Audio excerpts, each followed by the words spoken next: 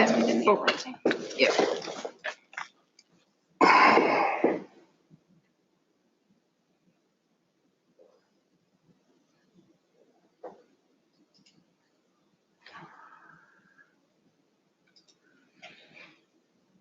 Good afternoon, folks. I'll be with you in a second. There you are. You're welcome. You're Allison? I am. I'm Terry. Nice to meet you, Terry. Nice to meet you.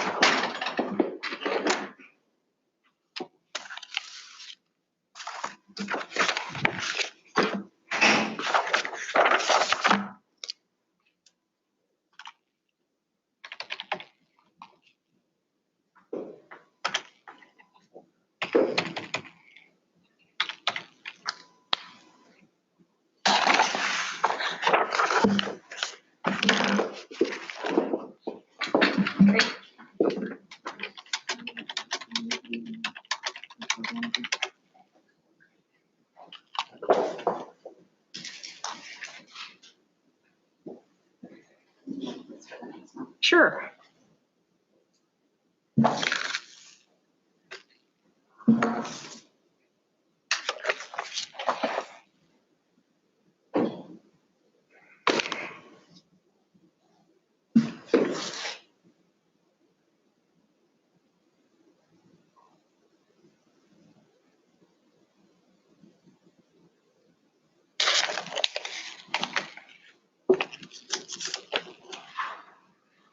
You're welcome.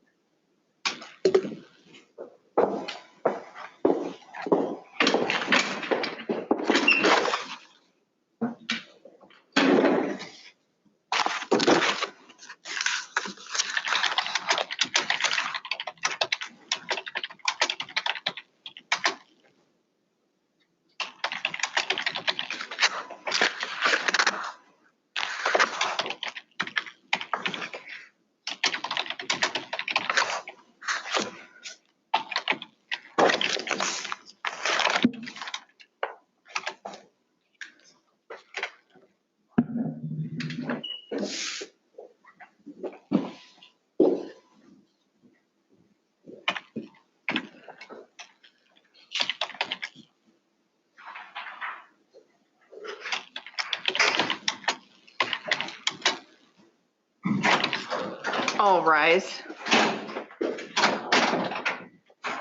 Please be seated.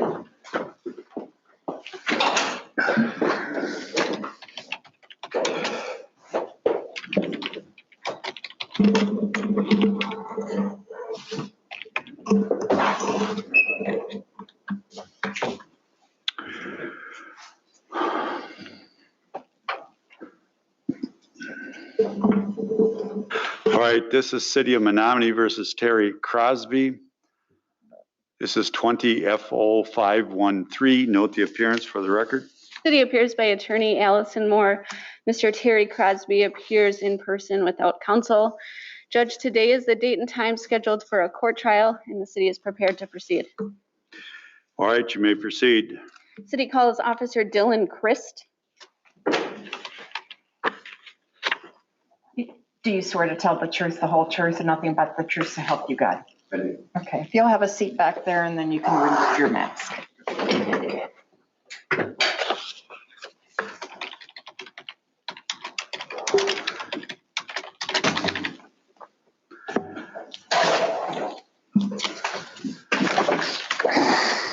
Now, my understanding, this is a disorderly conduct that adopts the definition under 947.01. That is correct, Your Honor. Okay. All right, you may proceed, Ms. Moore. And just before I get started, Ms. Moore is going to be asking questions of this officer. I don't know if she has any other witnesses that are going to be presented, but she'll present the witnesses she has. Once she's done questioning a particular witness, you have a right to ask that witness questions. And she may call you adversely, she may not. She has a right to do so. But if she doesn't call you as a witness, then you have a right to be sworn, Mr. Crosby, and testify.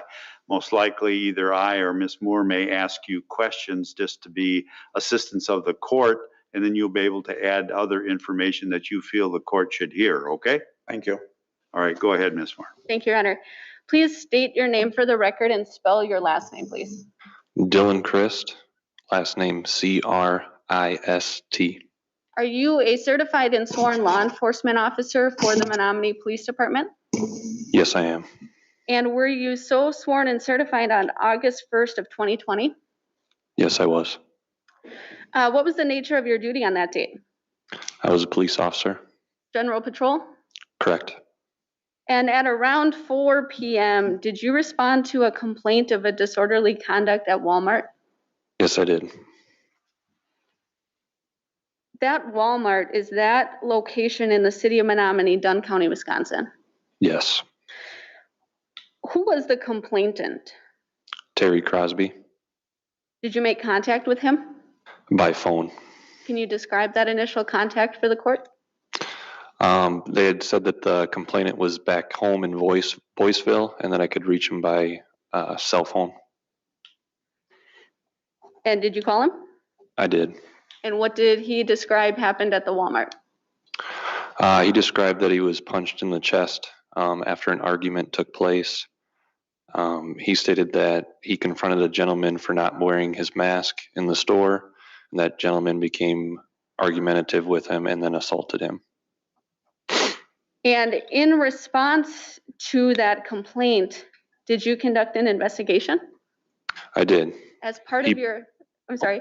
I was going to say he provided a license plate of the gentleman that was involved. Did you follow up on that license plate? I did. And who did that return to? Gene Henderson. And that's Gene, to your knowledge? Correct. Did you make contact with Mr. Henderson? I did, also by phone. And as part of your investigation, did you review surveillance videos from the Walmart? Not initially. The loss prevention specialist did. He had told me that the two gentlemen involved were the ones that I was speaking with. How did you, or when did you acquire the surveillance videos? It would have been shortly after the incident, a couple days after. He provided it on a DVD. And you've been able to review those, correct? Correct. Were you able to view them prior to a couple days, or was that the first time you saw them when you got the disc? The first time I saw it was when I did get the disc. And you were able to review those in full? Yes. Have you reviewed those since August of 2020?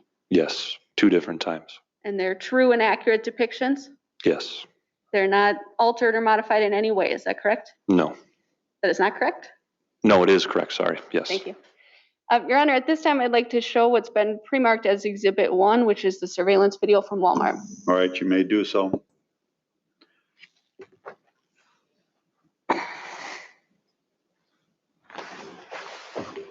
There are 3 clips on this disc. The first one is noted 103.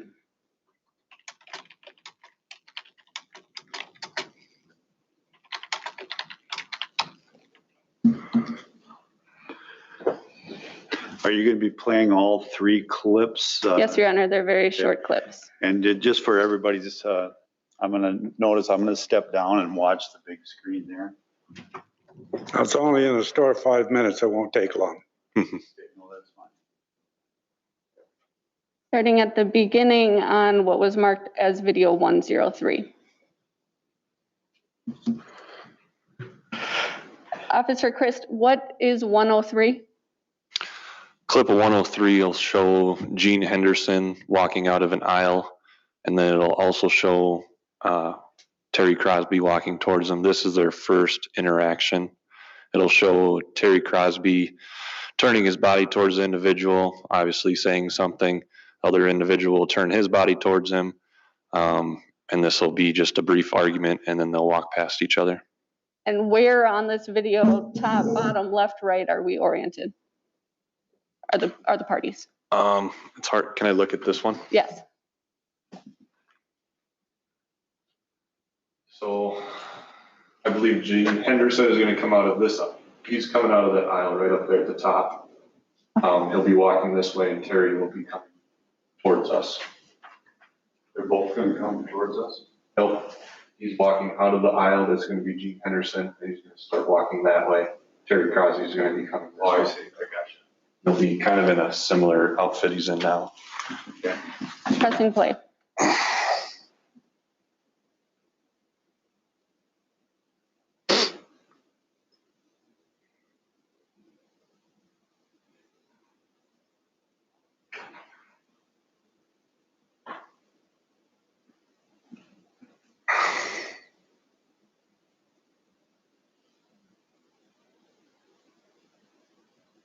Stopping the video at 23 seconds. Officer Chris, that's the end of the contact on this video, correct? Correct. Now opening what's been marked as clip number 1.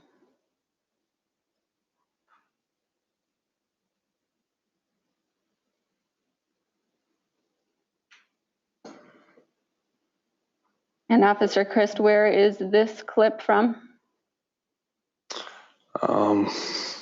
This clip is from the entryway. This is going to be where they have their main altercation. It's going to be Terry's going to be exiting the store and Gene Henderson is going to be entering the store. Pressing play. Now, this is after that first one we saw, true? Correct. I can explain more in a minute.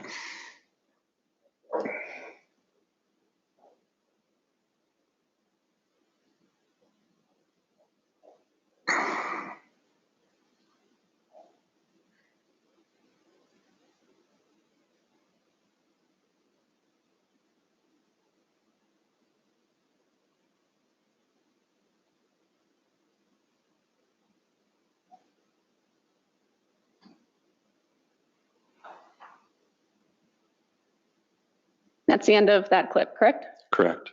And prior to that clip, Gene Henderson had went to the self-checkout area, spoken with a individual there, left his groceries and exited the store, I'm guessing to get his wallet. And so then he exited the store and then he came back in and that's when he had the interaction with Crosby. Okay, got it. And opening then clip number 2.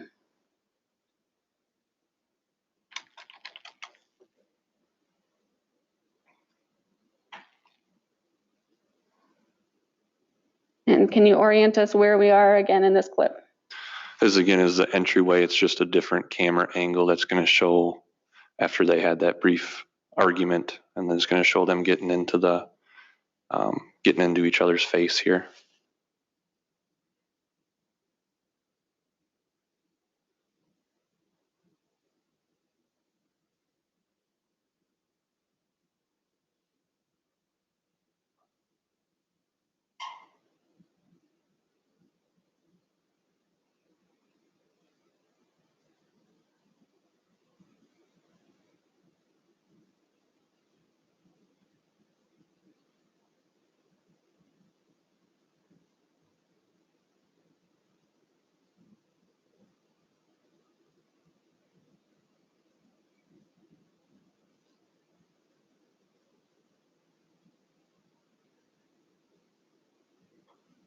Pausing the video then at 43 seconds. That's the end of the altercation, is that correct? Correct.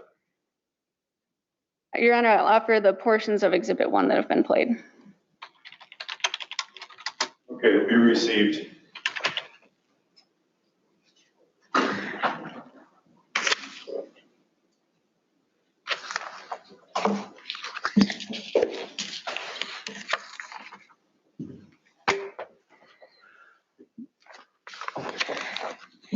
Officer Chris, can you summarize, after conducting your investigation, the narrative of events that you observed?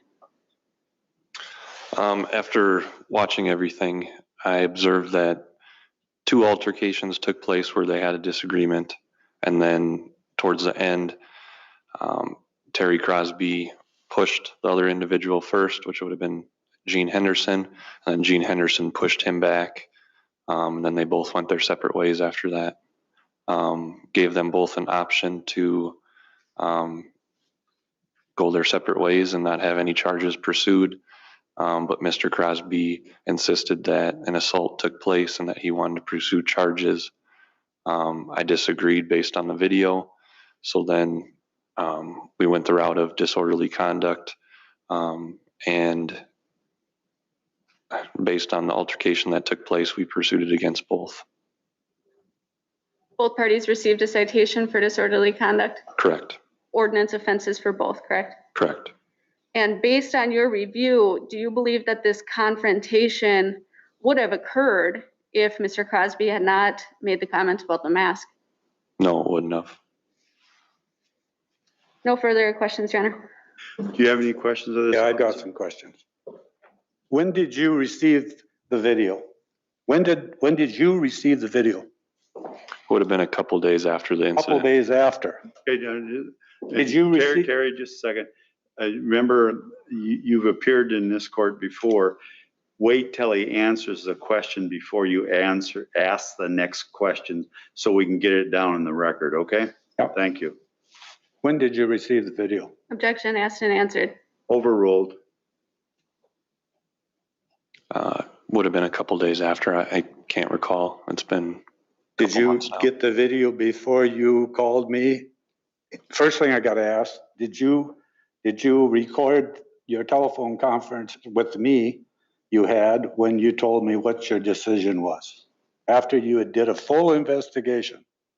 I believe so. You got that recorded? I believe so. Okay. When you called me back and give me your decision, you hadn't seen no videos, had you? The Corey Patterson loss prevention had. Corey Patterson Law Convention was not at Walmart. If you watch the video, when you said I was talking to a bystander, I was talking to 3 witnesses of Walmart and asking to call security. They called security and a 17-year-old kid showed up and Corey wasn't there. Both managers were out. Hold it, Terry. Where's the question? You got to ask him questions. You'll get a chance to testify. My question is, when did you see the video before you called me and give me your investigational report? I did not see it. It was the loss prevention that looked at it because I called you the following day with the final decision. You hadn't seen the video? Personally, no. I just went off loss prevention's. Yeah, and when? Both stories. What day did you talk to Corey? What was the first day you talked to Corey? It was either the day of or the next day before I called you. The next day before you called me? Correct. You talked to Corey? Yes. But Corey couldn't have showed you the video, right? If I would have went in there, he possibly could have. He just said that he looked at it. The slender gentleman pushed the other gentleman first, and then he pushed him back. Yeah, I know exactly what Corey said. Yep. You said in your report, I understand that. Correct. But I went to Walmart because I talked to an attorney. I told you, you said in your report, I told you I was going to go get an attorney. I didn't say that. I said, I will talk to an attorney, and I did that. And that attorney. Objection, Your Honor. You're again testifying, Terry. Just ask him questions. Okay. So you called me and you told me what your decision, what you saw was pushing both ways. Would you agree with that? Yes. Okay. And in the middle of that conversation you and I had on the phone, we got interrupted. Who interrupted us? I'll refresh your memory by giving you part of it. I said to you, are you telling me you did a full investigation? Your answer back was, we did a full investigation. And we got interrupted right there. Who interrupted us?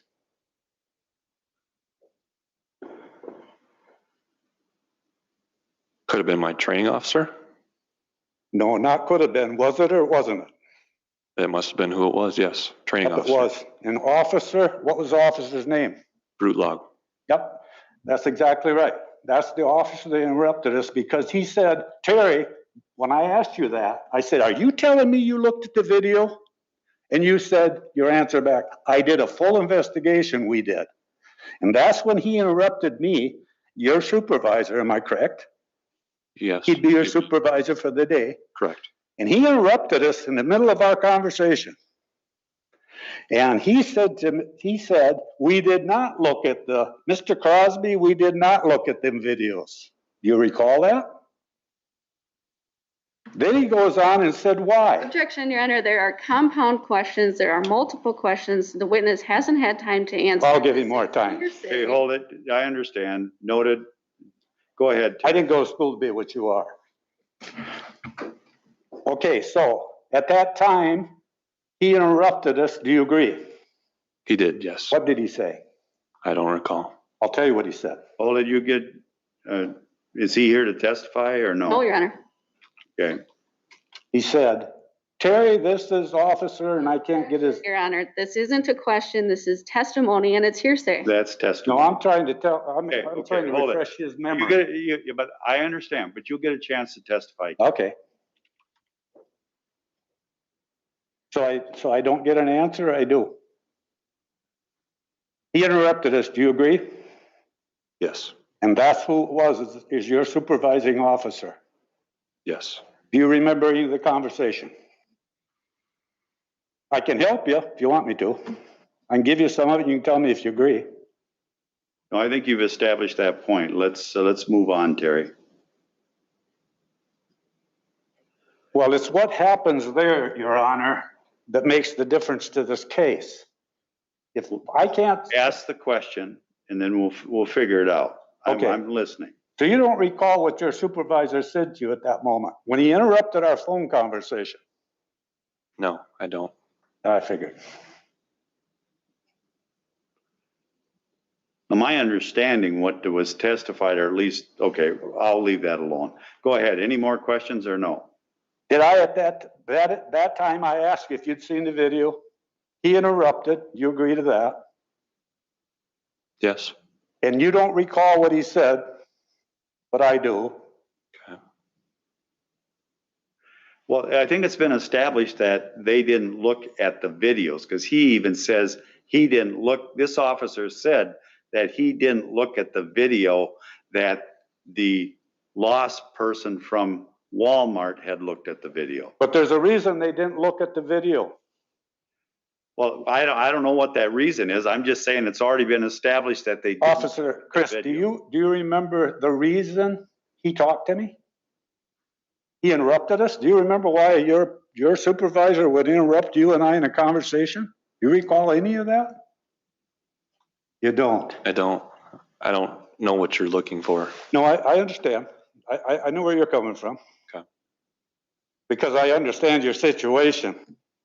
And the reason I understand your situation. Hold it, Mr. Crosby, again, you're testifying. Just ask him questions. Let's move through this witness. Okay. Then you testify. Okay.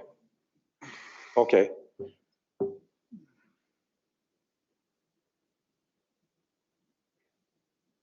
You did this first report, and here quite often you make the statement must. You use it quite often. Okay. Your statement, I'll give you what I'm talking about so you understand, okay? Here's your statement. Subject, this must have been Crosby confronting Henderson for wearing a mask. Must be. Is that an assumption, or what do you mean by must be? Where's your fact there? You drew a conclusion by saying it must be. Another spot you write, he must have left his wallet at the cashier because he went out. It must be that he forgot his wallet. Your Honor, I'm not sure what the question is at this point. Do you recall saying that in your report, that he must have forgot his wallet?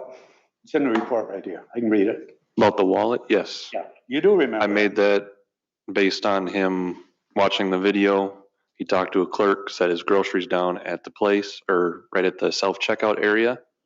And then he exited the store with nothing. And then he comes back into the store, obviously probably to pay for his items.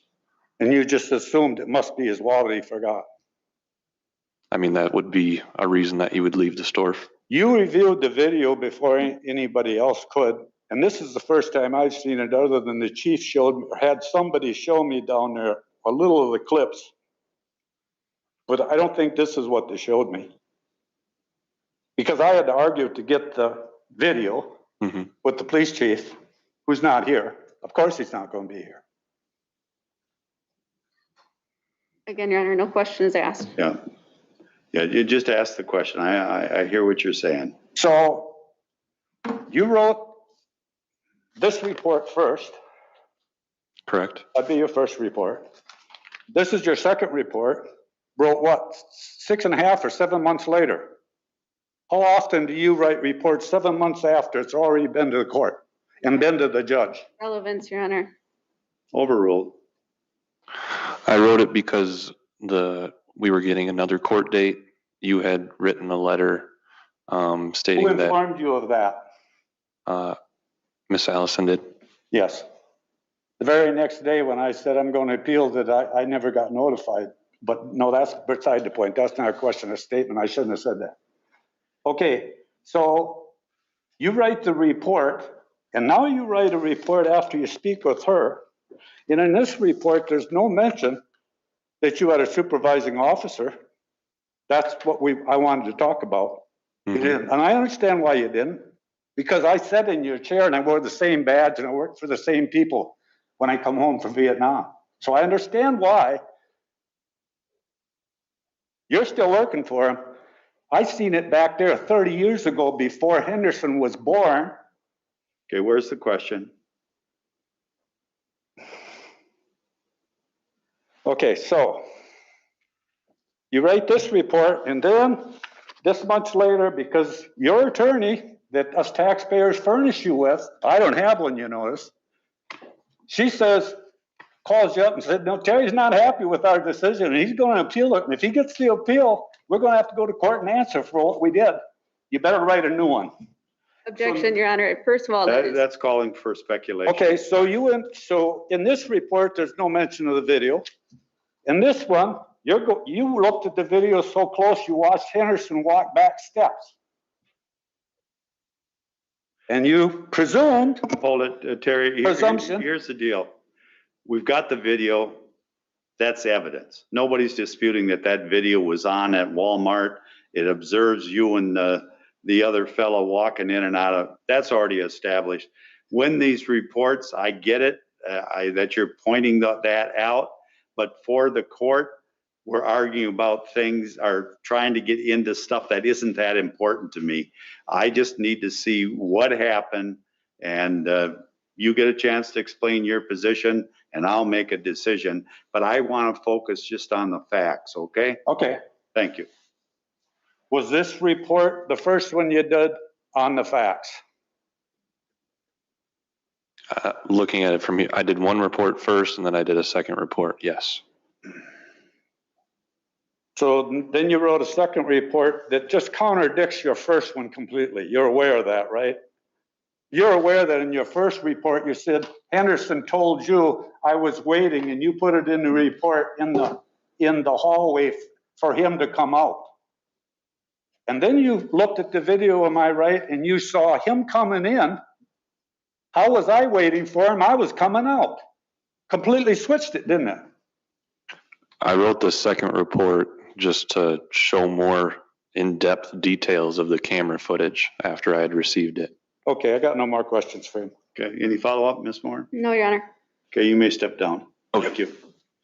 Any other witnesses? City will call Terry Crosby. Okay.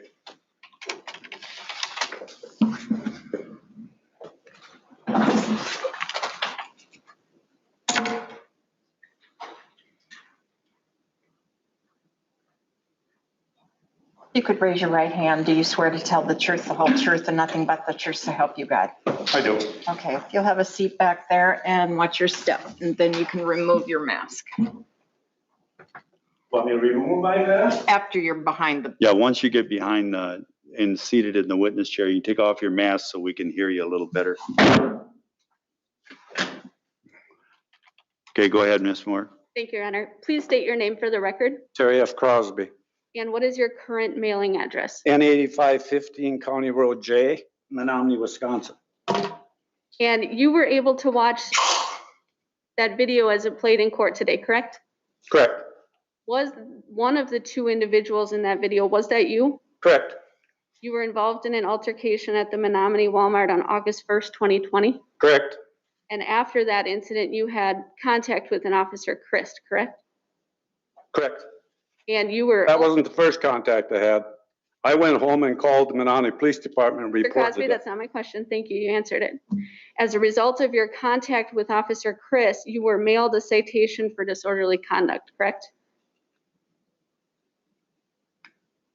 I believe I was. You believe you were? I believe I was. I have no further questions, Your Honor. I would ask that the record reflect the identification of Mr. Crosby as the defendant And I have no other witnesses or evidence, Your Honor, so if you please to just allow Mr. Crosby, should he choose to testify. Okay. Do you wish to provide further testimony over and above the questions that Ms. Moore asked you? Yeah, I do. Yeah, I'm going to ask you a few questions, okay? Yep. And then we'll go from there. Here's what I've got. It's what the video itself establishes. You were in the Walmart store on August 1st at approximately 4 p.m. in the afternoon, true? Correct. And while you were in Walmart, you saw an individual in that store that didn't have a mask on, true? Correct. And what did you say to that individual when you two were passing each other about him not having a mask? That's exactly the way you needed to ask me. We were passing. It's not in a report. We were passing. No, I get it, but As he met me, I said to him, "You forgot your mask." Not in a mad, not in a mean way, not in an irritated way. I knew it was the first day of the mandate. The governor passed it the first day. That's the first day it was mandated. No, I understand that, but I'm So just I was saying- trying to help him by saying, "You might have forgot your mask." I said, "You forgot your mask." And you kept walking. I kept right on walking, and then he came across. He came to me. Yes, and He went by, and then he turned and he came to me and he spoke to me. And when he stopped, then I stopped and I turned like this and looked at him. And he told me, "I'm on a medical. I don't have to wear a mask." And I said, "I didn't know that. That's fine with me. If that's the way it is, you got a medical, you don't have to wear a mask, not an issue." And I walked. That's why it lasted about 10 seconds. The video will show 10 seconds there.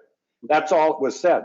okay, I went back to the back of the store, got my Coke, came walking back out to the checkout, and it was 5 minutes from that time to going out. And when I was leaving, wasn't me waiting in the entranceway, as the report says. The officer wrote it. Not that way. you were walking out. I saw the video. I'm walking out, He's and coming he in. came and got in my face. In the Walmart entrance, when you go in and out, there's a chain between. Going in on the left side and coming out is on the other side.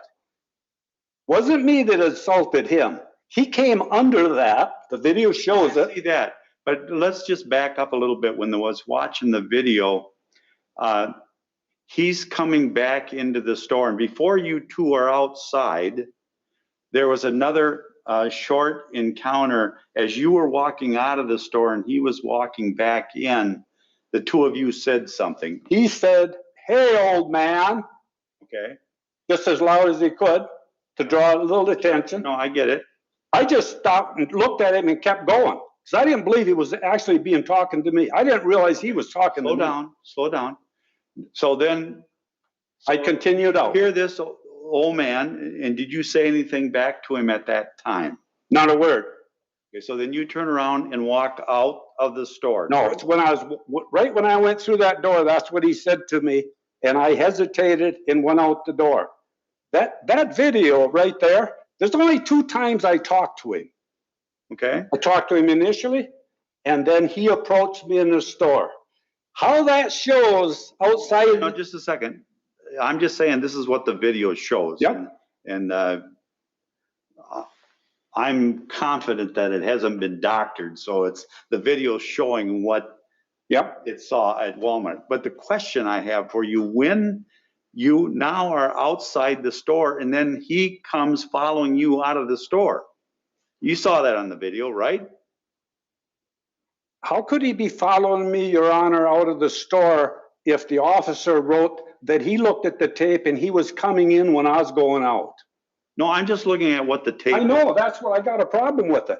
Okay, no, but I'm asking you, don't worry about the officer. I'm not talking about the officer right now. I'm only talking about what you and this other guy did. All I'm saying is the tape shows that something was said in store, you're walking out, I assume there was continuity there, and all of a sudden he turns around and he comes back out in the way you were supposed to be going in, but he comes back out in that lane or where you enter the store, he comes back out, and then there was a conversation between the two of you. The whole conversation was when he came out. Okay, so then what happens? What did he say to you when you were out? What did you hear?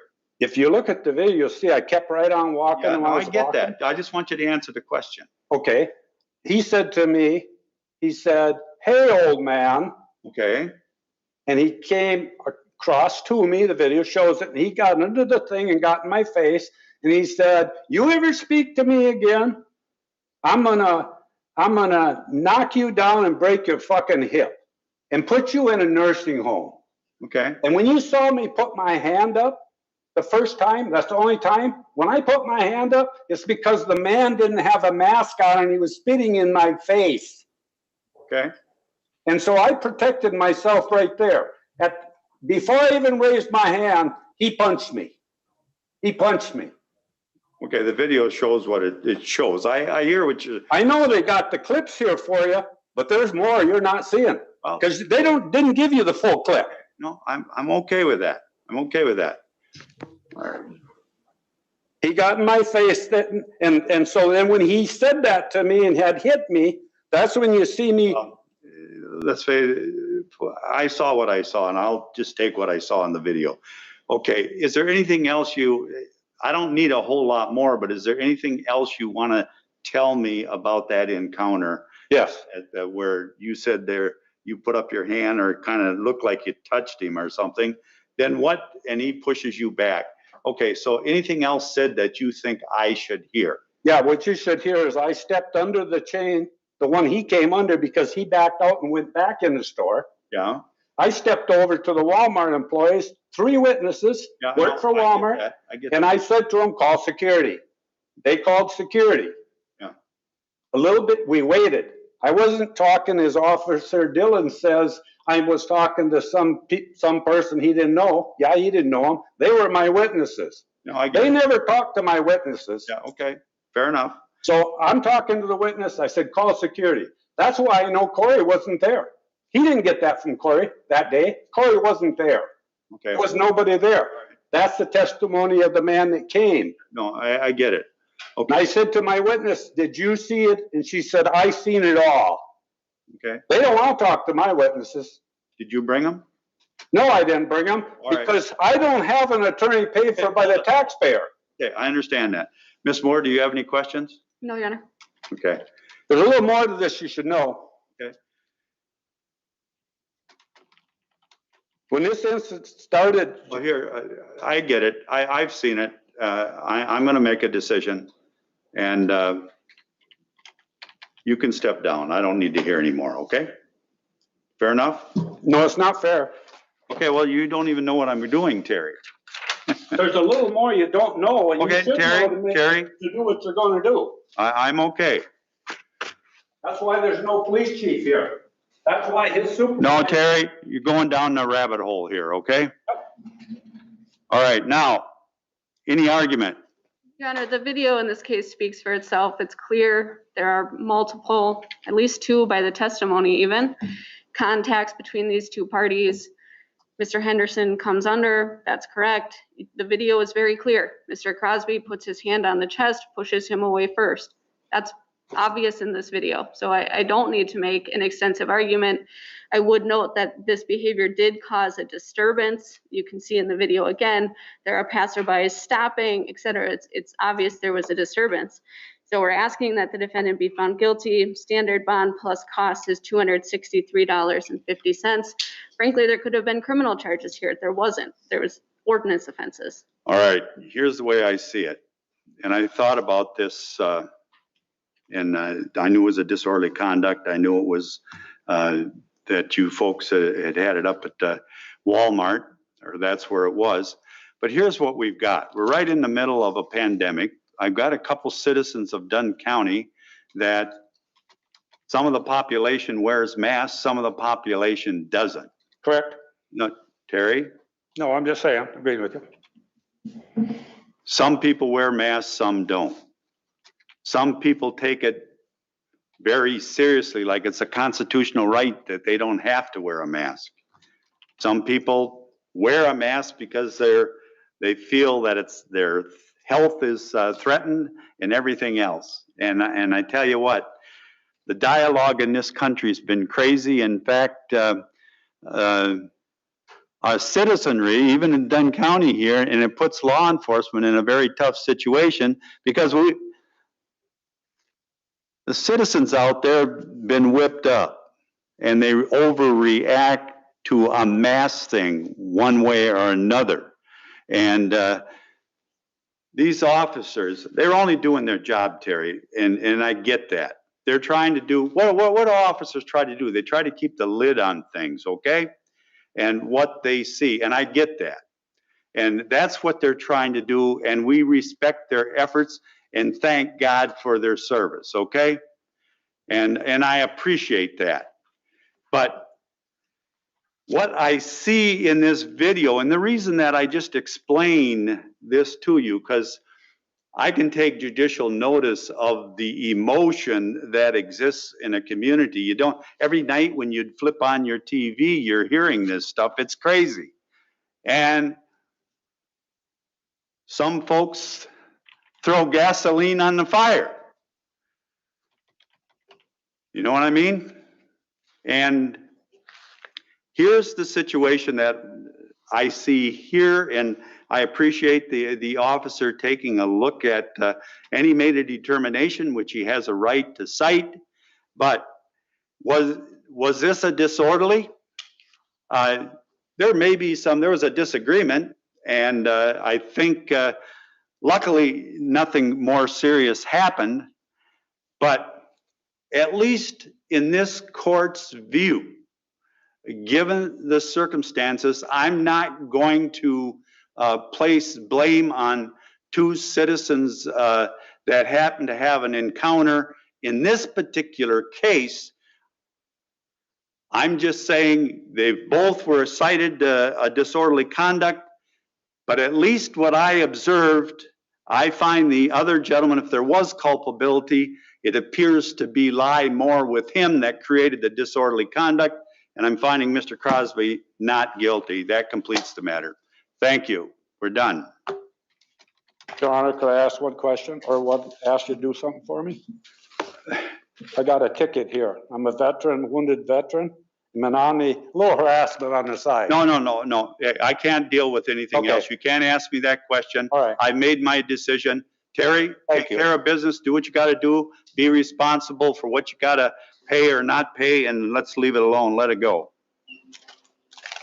Thank you.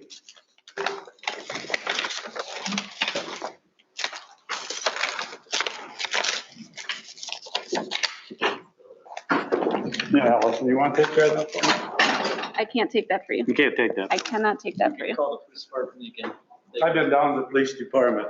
Number one, you got a chief that don't show up. I mean, I feel sorry for you guys. I work for the department that you work for. Let's go. I work for the same department. And they pulled the same shit on me, but I quit. I was a big enough man to quit. Oh, your glasses. Don't forget your glasses. There you go. Well, your hat. Nobody gave me an attorney. Terry, your hat. Mr. Hass?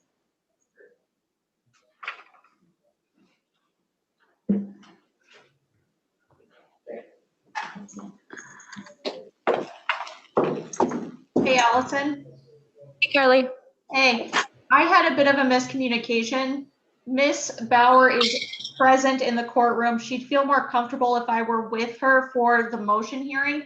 Would you have any objection to maybe a short adjournment so that we can both be in person? My only problem with that is I have an officer here for this who is not otherwise on this assignment. And I hate to add, getting a short adjournment is going to be almost impossible. Okay. I understand if it would be easier to go out a little bit farther so that the officer's schedule and the court schedule works better. This is my fault. This wasn't Miss Bauer's fault. I thought that we were going to be by Zoom. If Ms. Bauer's here, if she's trying to talk, if you want to come and sit here and talk into the microphone, then Carly could hear you. If you want us to step out so you guys can talk, let me know, Carly. Okay. And Carly, if it works better for everybody, we can move forward. That's fine.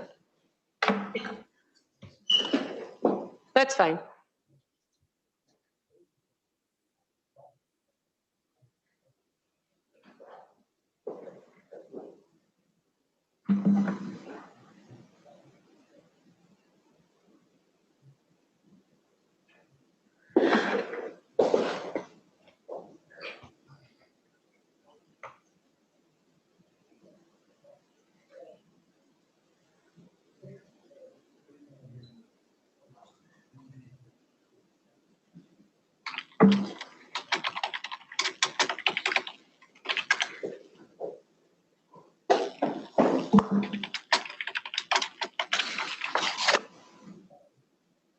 Kim, just out of curiosity, how far out are we if we needed another hour on a different day?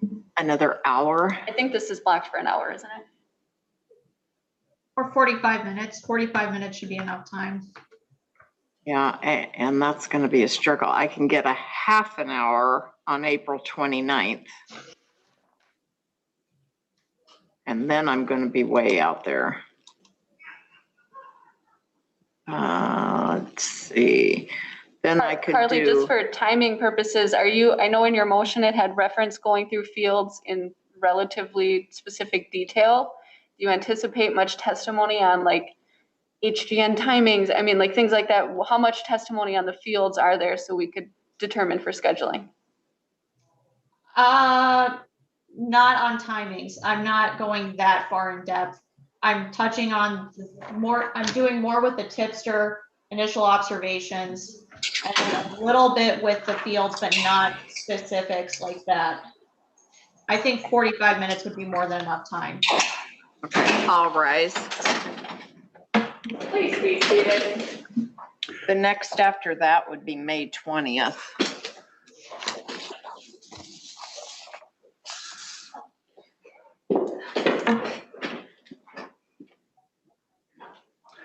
Okay, this is City of Menominee versus Nicole Bauer, 20 TR 5045, 5389. Note the appearance. Your Honor, the city appears by Attorney Allison Moore. The defendant, Nicole Bauer, appears in person. Her counsel, Attorney Carly Miller, appears by Zoom. Your Honor, could we go off the record for a moment? Sure. Carly, I don't know if you heard, I think Ms. Silvius mentioned the next hearing is May 20-something. May 20th. Do you and your client want to reschedule or? Your Honor, off the record before you came in, I had a miscommunication. I thought that we were by Zoom. Ms. Bauer would prefer for me to be in person. This is my fault, not Ms. Bauer's fault. I've requested an adjournment so that we can both be present. May 20th works for my calendar, if it works for the court, and it also works for Ms. Moore. Well, you understand she has a right to an attorney. She can have an attorney and hire one to be with her here today, but she doesn't, in a forfeiture matter, she doesn't necessarily have to have her attorney with her in person. I mean, you can do it by Zoom nowadays. It doesn't make that much difference. It's, what is your, and I understand what your preference was. You said We can move forward. That's fine. You ready to move forward? Mhm. I'm okay. Let's do Okay. it.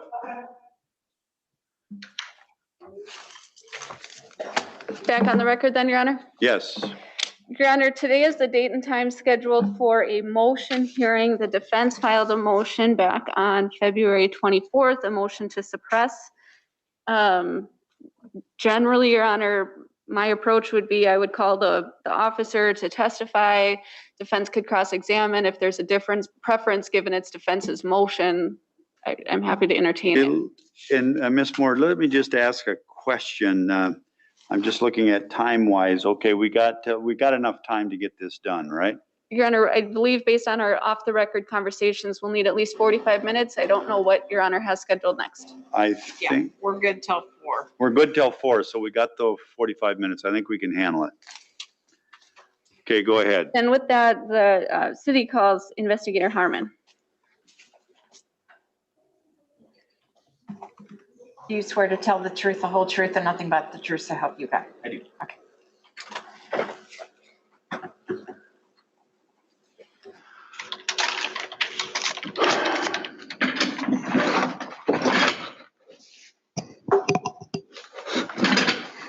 Please state your name for the record.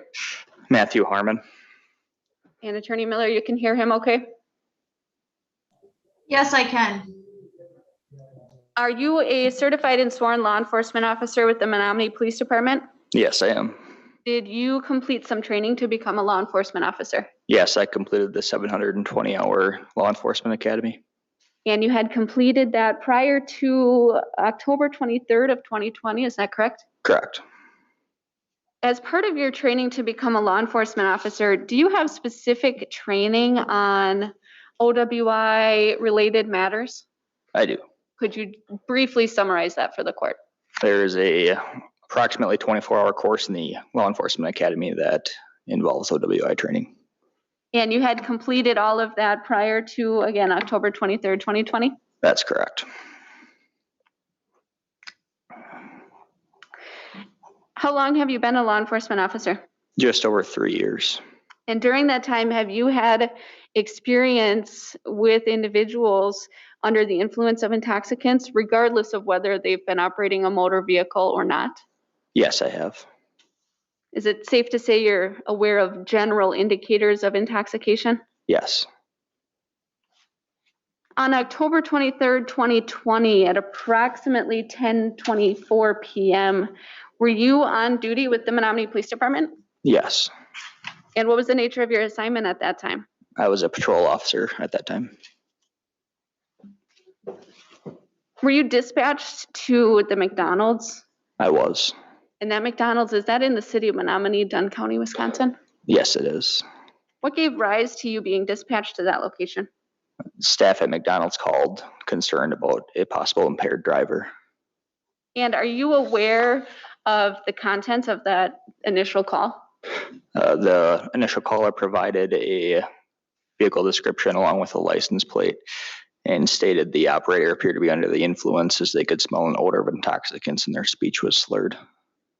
And that caller provided a name when they called in, correct? Correct. I believe the name was Mackenzie, is that correct? That is correct. Do you recall the license plate number that they reported? It was AEH 9106, if I recall correctly. And do you recall what they reported, the color or the make or the model, any identifying information about the vehicle? They reported a red SUV. And was there any information given to you about where that vehicle would be located? In the drive-through area. When you arrived at the McDonald's, what did you observe?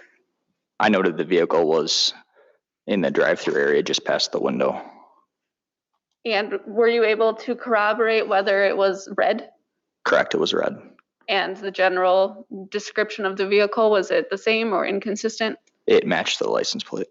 The license plate was the same too. Correct, yes. When you arrived on scene, did you make contact with the driver? I did.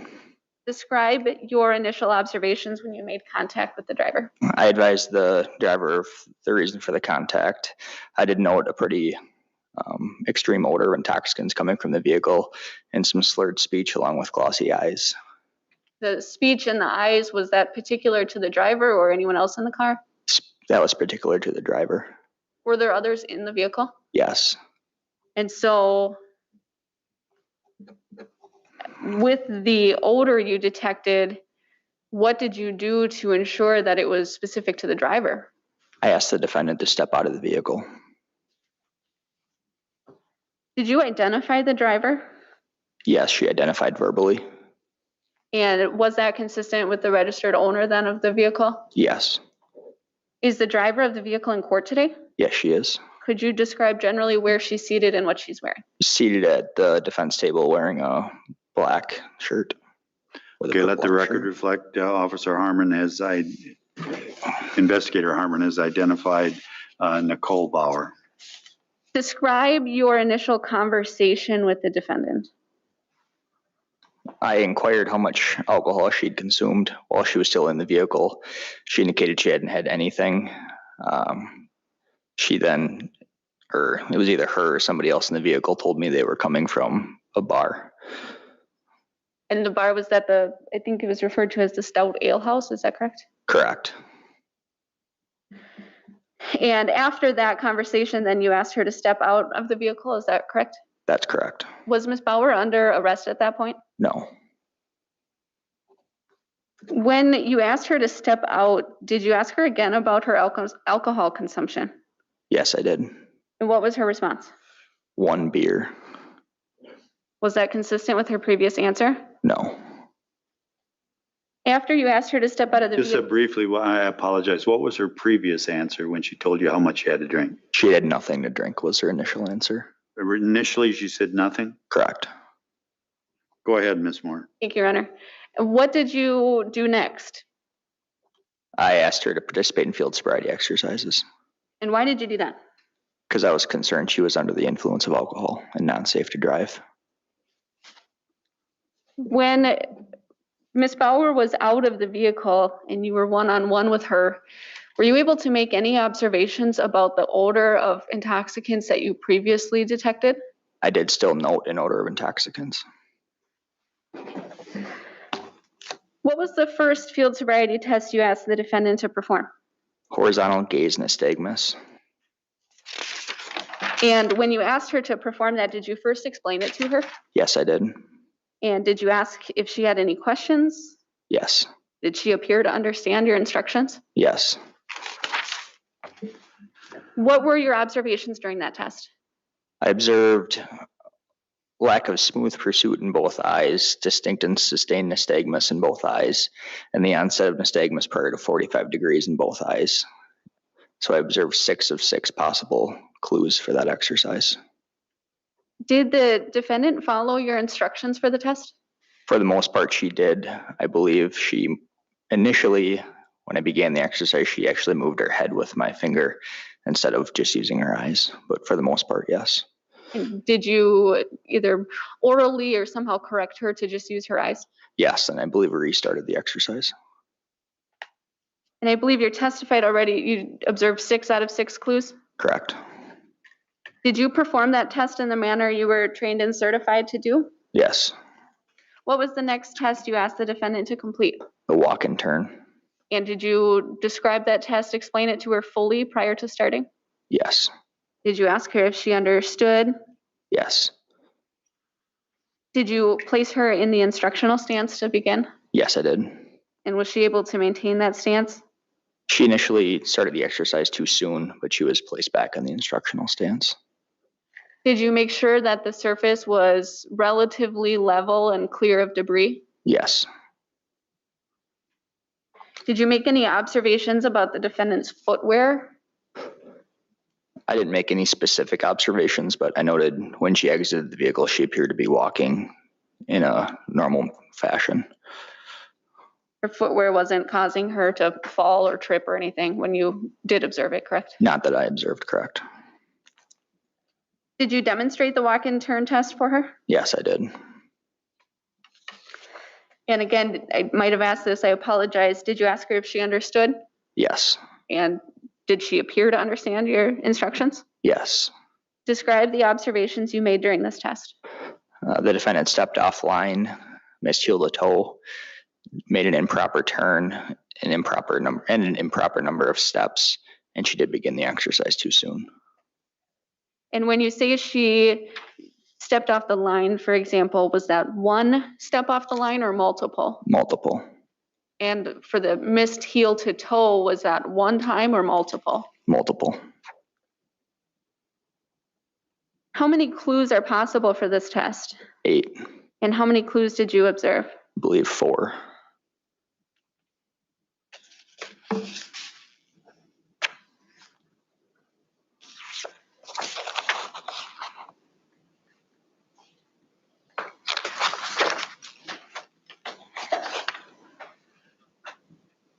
Did you conduct this test in the manner you were trained and certified? Yes. What test, if any, did you administer next? One leg stand. And did you explain that test to Ms. Bauer? I did. Did you demonstrate that test for her? Yes. Did you ask if she understood or had any questions? Yes. And describe any observations you made during this test.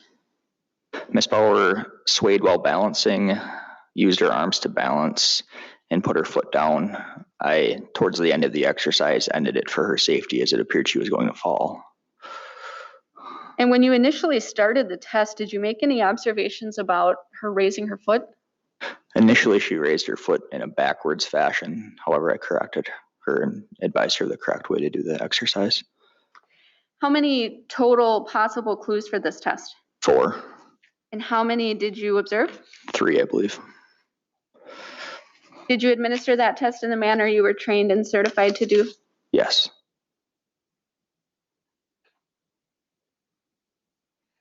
After the conclusion of these field sobriety tests, did you again ask her about alcohol consumption? Yes. And what was her response? At that point, she told me she had 2 tall beers. Based on your observations to this point, were you concerned about her impairment? Yes. And in light of your concerns, what did you have her do next, if anything? Submit to a preliminary breath test. And what were the results of that test? 0.201. And you ensured when you used that device that initially the device showed zeros, correct? Correct. You administered that in the manner you were trained to do so, correct? Correct. And for the record, I am a state certified PBT calibrator. And so to the best of your ability, that device was calibrated and working properly. Correct. Based on your observations, your training, your experience, were you able to form an opinion about the defendant's condition during your contact with her on October 23rd, 2020? Yes, I was. And what was that opinion? That she was under the influence of alcohol and not safe to be operating a motor vehicle. And at that point then, did you place her under arrest? I did. During your entire contact with Ms. Bauer on October 23rd, did your earlier opinion that she was under the influence of alcohol, did it ever change? No.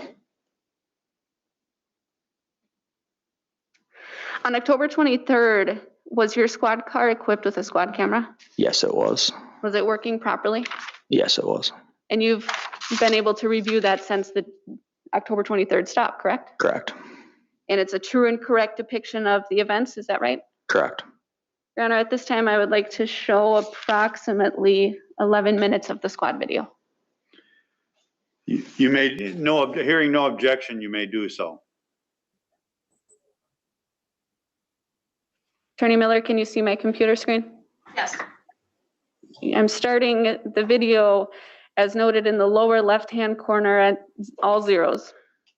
Okay, I'm gonna step down again.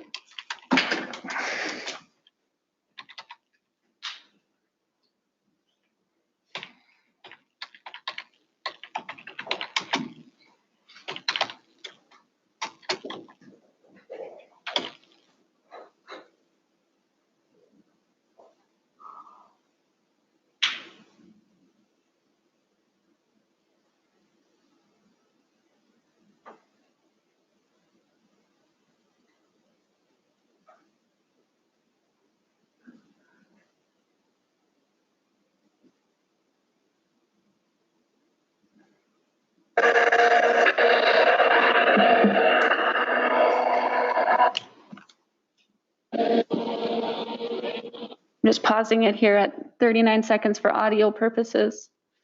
I did plug it in. I don't know if there's a way to turn the volume up. Got the volume all the way up.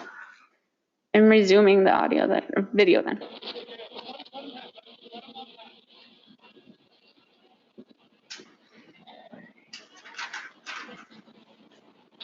Hi there.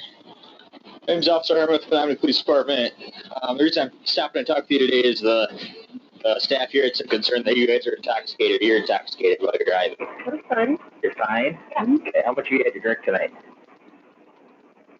Nothing at all. Good. Zero alcohol? None.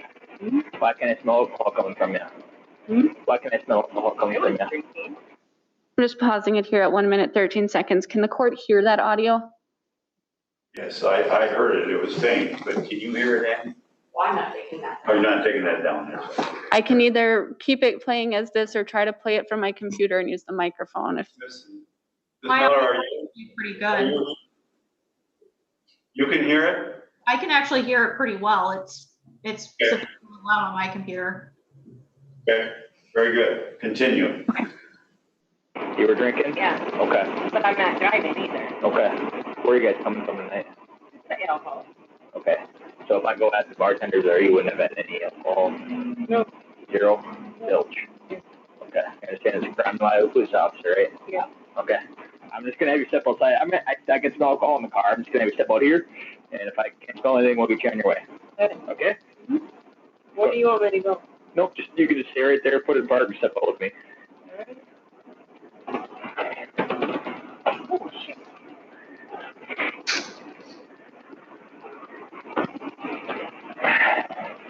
What do you want me to do with you?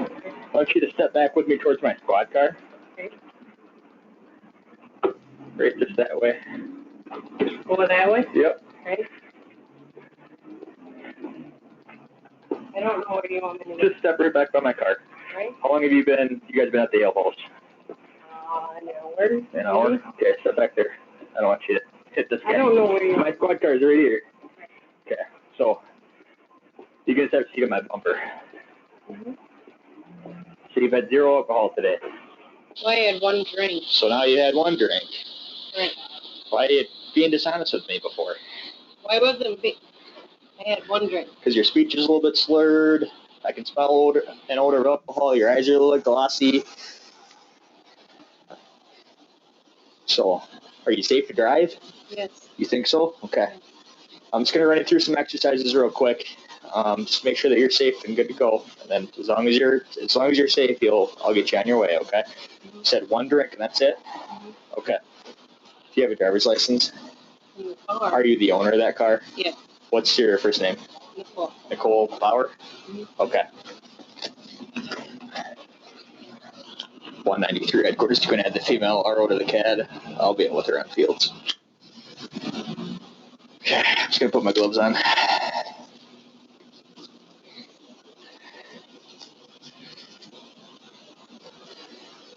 Okay, do you have any issues with your eyes at all you need to be aware of?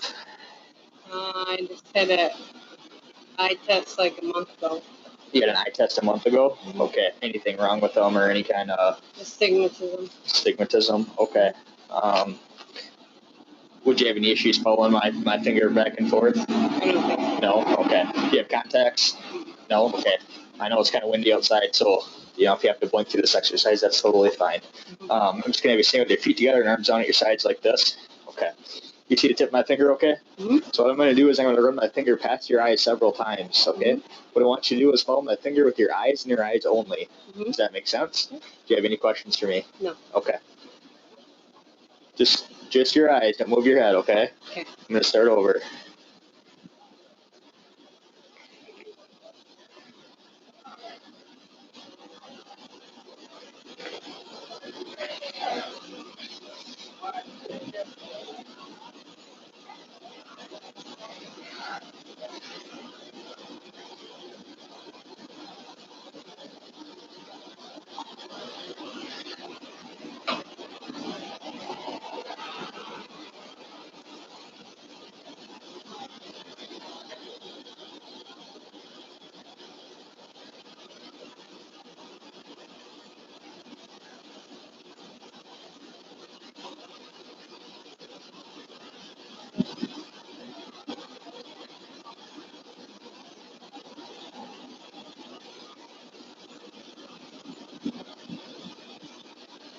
Okay, I'm going to go up this time, okay? Mm-hmm.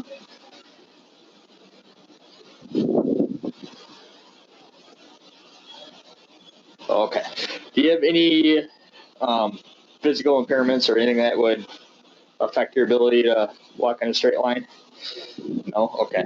You see where my flashlight is right there? Mm-hmm. I'm going to have you stand right there. Can you just, when we cover here? Yep. You stand right there, face forward. Yep. A little bit where the bright spot of my flashlight is. Follow it. Couple steps that way for me. All right, perfect. Stand right there, put your arms together, just like this, okay?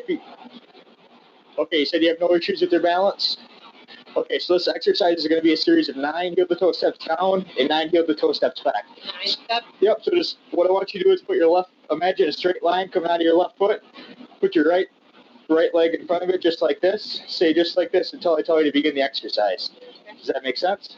Go ahead and do that for me. Are you just gonna? Nope, I just told you to stand just like I was. Hold on. Stand back there. Step back where I had you. Sorry. All right, again, stand with your, imagine a straight line come out of your left foot. Stand with, Waiting for your flash, sir. you okay? Yep. All right, imagine a straight line coming out of your left foot.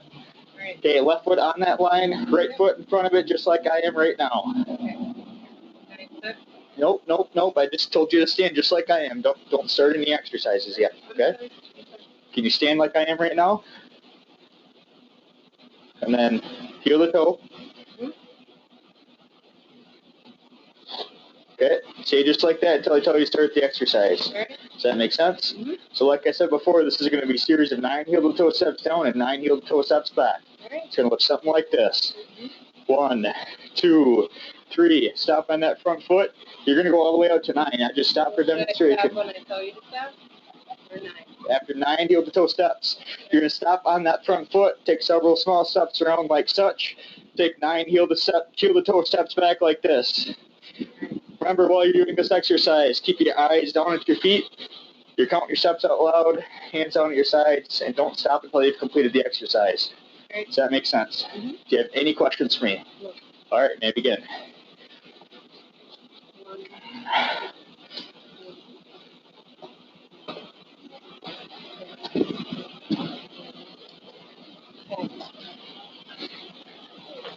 And then turn how I instructed you to turn. And then turn. Do another.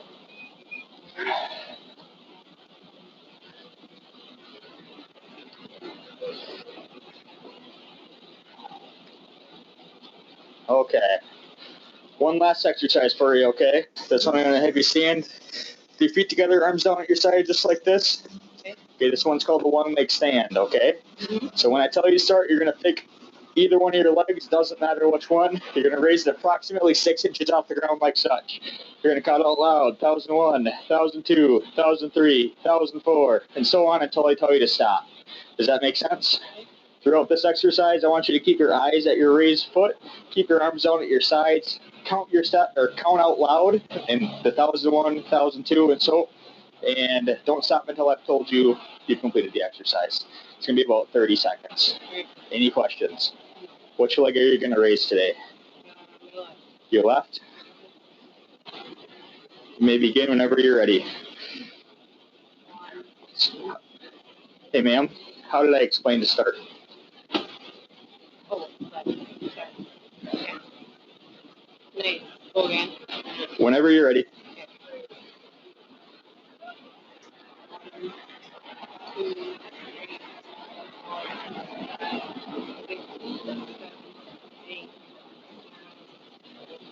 PBT. Do you grab my PBT? 14, 15, 17.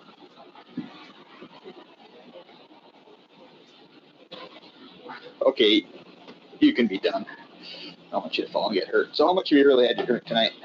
You clearly had more than one drink. 2 drinks. You've had more than 2 drinks. Don't have well. How big were those drinks? Beers. How big? All. Okay.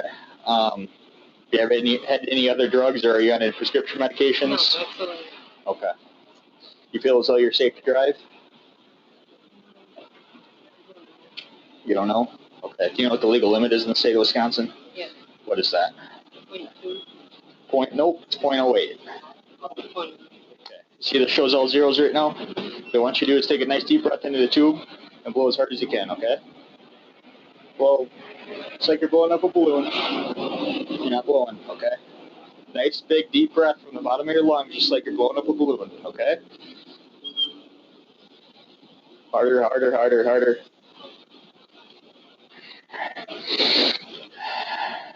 What do you think you're at? You Think you're above or below the limit? below. Below? Okay. Remember what I told you the limit was?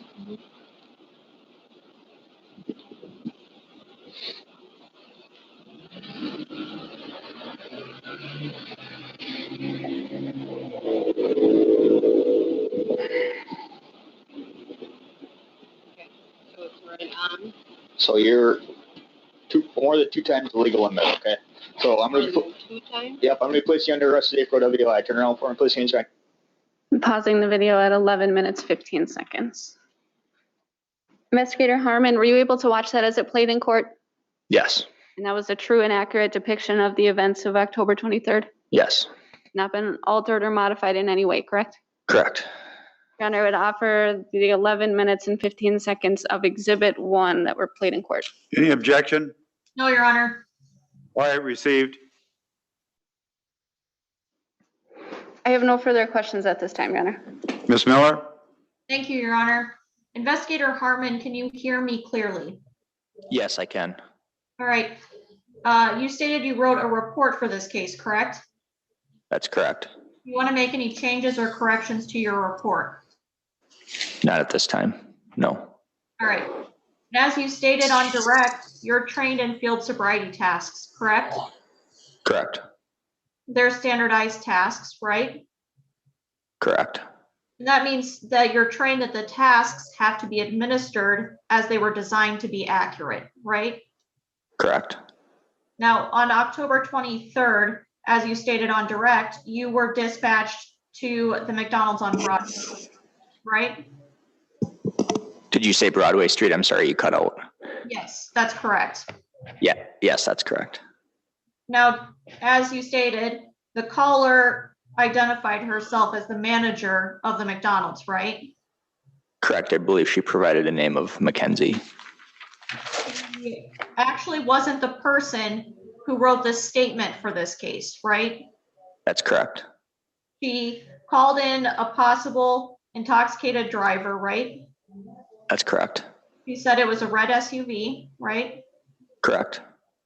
She then provided a license plate number, correct? Yes.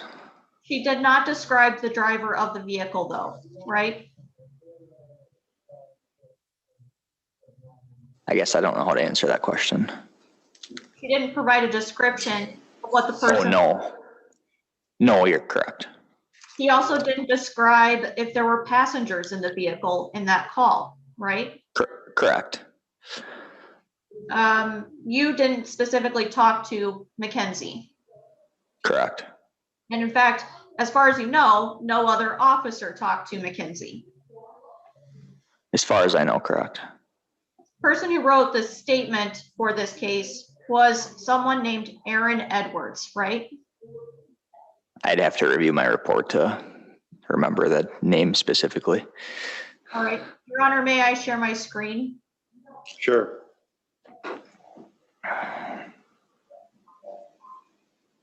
All right.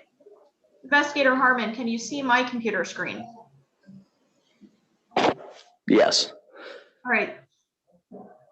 This appears to be the report that was written for Ms. Bauer, right? Correct. And you can see the page that is on the screen, which is a voluntary statement that was filled out on October 23rd of 2020, right? That's correct. Now, the person who wrote it identifies themselves as Aaron Edwards, right? Correct. I'm no longer sharing my screen. Now, in that statement, Mr. Edwards did not describe the driver of the SUV, correct? I would have to read it specifically, but I would assume that would be correct. Would you like to see the statement again? Sure. All right. Thank you. Sharing my screen with the statement.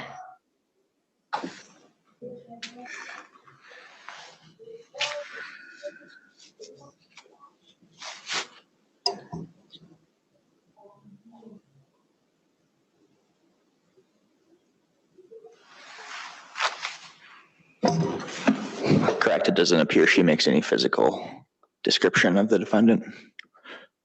All right. In the statement, he didn't describe if there were any passengers, correct? Correct. Because he didn't mention passengers, he also didn't describe what those passengers looked like. It's a fair statement. Now, Mackenzie told dispatch that the driver was laughing, right? I would have to review the dispatch recording to know that. If the dispatch recording indicates that, you'd agree it's correct, right? Correct. And both tipsters allegedly stated that the driver slurred their words, correct? I believe so, yes. And they also reported an odor of intoxicants. Correct. Now, as far as you observed, McDonald's staff had masks on, right? As far as I know, yes. Now, neither tipster reported bad driving, right? Correct. They didn't report any issues with the vehicle going through the drive-through, correct? Correct. And as you saw on the video, the vehicle appeared to be appropriately in the parking spot, right? Yes.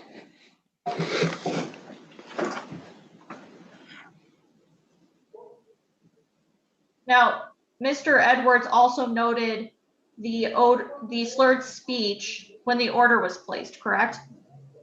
I believe so, yes. But Mr. Edwards didn't see who placed the order, right?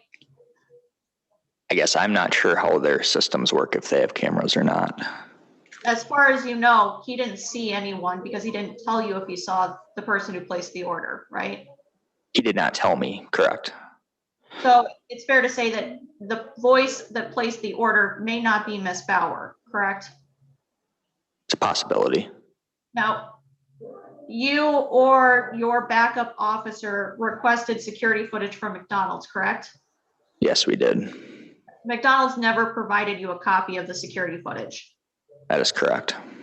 And they also didn't let you watch the footage that night, correct? Correct. Nobody had access to it.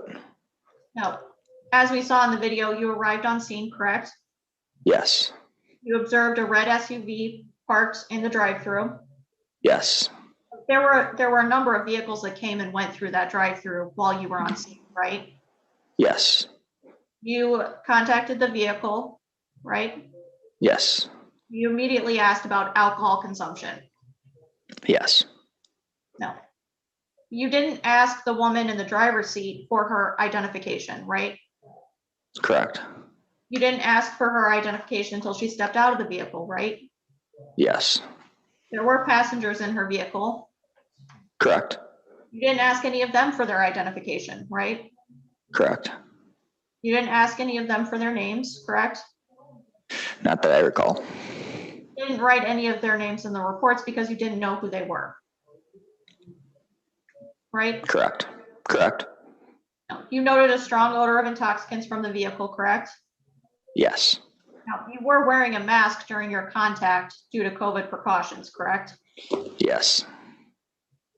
No. You requested that Ms. Bauer step out of the vehicle pretty quickly, right? Yes. You did this before identifying her, right? Yes. Before identifying if she was the owner of the vehicle, right? Yes. Now, you also did not check her driving record before she stepped out of the vehicle, correct? That is incorrect, I believe. I did review her DOT driver record prior to my arrival on scene. Okay, so then you knew that she wasn't under a .02 standard, correct? Correct. You also knew that the owner of the vehicle did not have any active warrants, correct? Correct.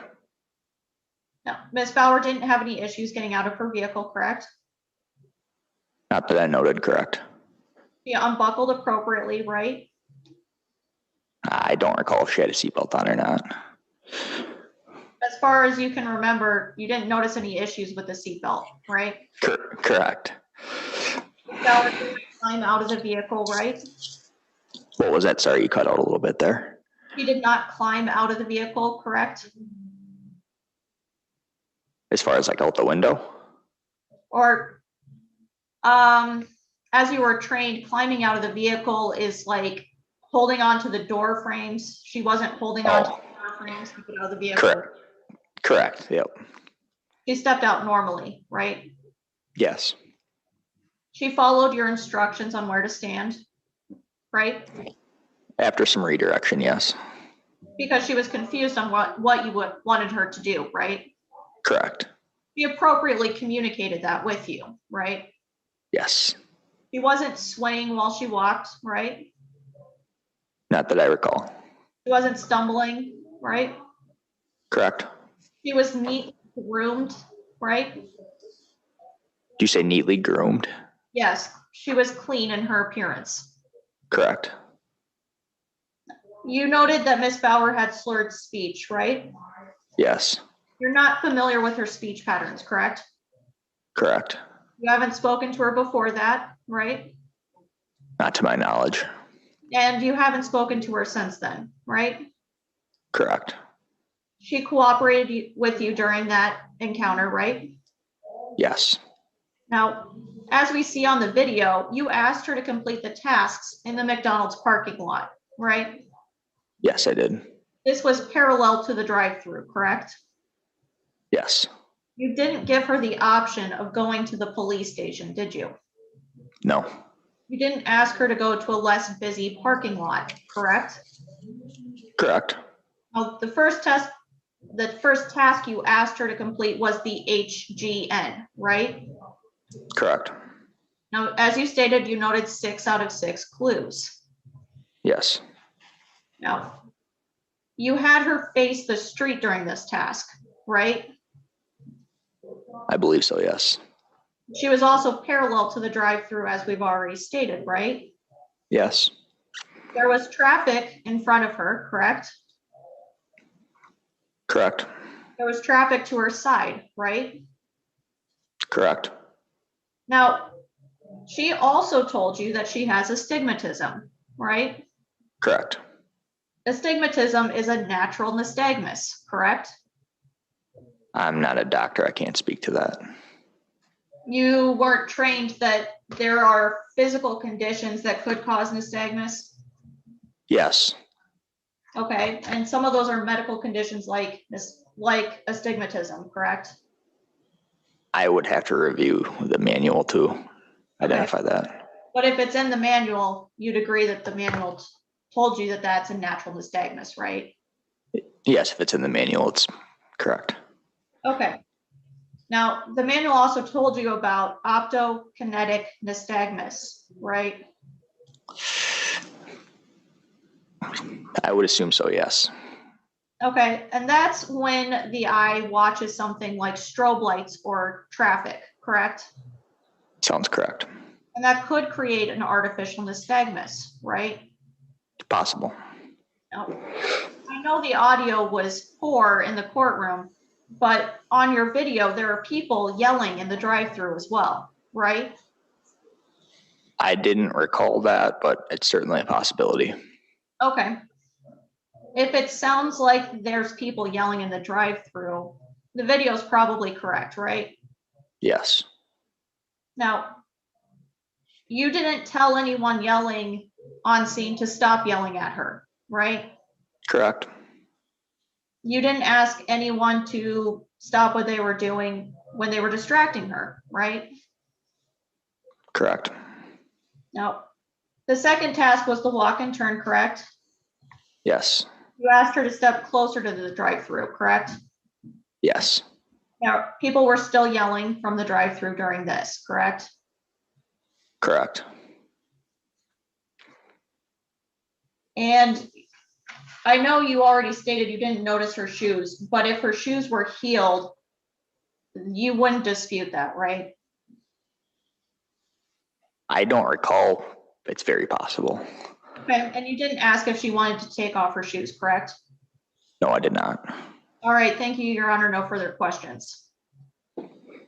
Ms. Moore. Just briefly, Investigator Harmon, there was some questioning and I just want to clarify, when you arrived to the McDonald's parking lot, do you recall, was the vehicle in park or in gear? I noted as I approached the vehicle that it was in gear and on. The engine was on. And there was some testimony about distractions during the field sobriety test, specifically HGN. Did you recall any particular distractions that diverted the defendant's attention during those tests? Not at all. No further questions, Your Honor. All right, you may step down. Thank you. Okay, argument? Your Honor, we have 5 minutes left on the court's time, and I want to be cognizant of your calendar today. I do have an argument. I have case sites that I would like to make. I believe that the law as presented in the defendant's motion is blatantly wrong, and so I don't want to rush my argument because I believe that there is important points to make. So I'm happy to expedite it as quickly as I can orally today, or I can submit a brief written argument after today and give Attorney Miller an opportunity to respond. Whatever Your Honor's preference. I don't Go mind ahead. the briefing schedule, Your Honor. What's that? I would be fine with a briefing schedule. I know you prefer generally to pull the trigger, as you say, and I appreciate that, Your Honor, but I don't want you to get behind, and I anticipate between my arguments. Yeah, and I have to respect counsel's right, I guess, to articulate the law. I'm just saying what I see here today, it's pretty basic, but it's up to you, and it sounds like she wants to write a brief it and gives you a chance to respond. So, Ms. Miller, do you wish to, it's your motion, so could you file your brief, or should we file simultaneous briefs by the following schedule? Today is March 26th. Let's have simultaneous briefs filed by April 17th and any response briefs by the 24th. And then give us a date for an oral decision. Your Honor, did you say April 17th? Yes. That's a Saturday, Your Honor. I'm sorry, I'm looking at I apologize, I'm looking at 2020. Okay, here, let's try this. File your simultaneous briefs by the 23rd of April, in response briefs by the 30th. And I apologize for that. That was my mistake. And then a decision May 20th at 4, you can have the court make a decision, and you and your client, Ms. Bauer, if you wish, you can appear by Zoom on that date rather than appearing in person. If that's okay, Ms. Miller, would you prefer doing it that way? That's fine, Your Honor. I'm comfortable either way. Okay, is that okay with you? Yeah, either way. All right, then we'll have, the clerk's office should be sending you that Zoom information in anticipation of that next hearing. All right, thank you. Thank you, Your Honor. Have a good day. You too. Thank you.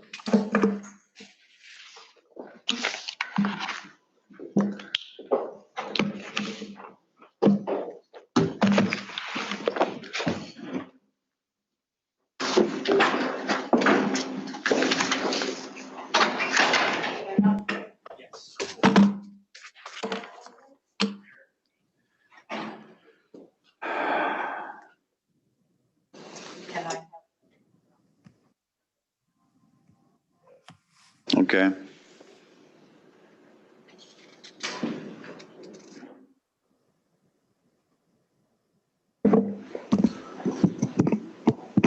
Also, clerical note.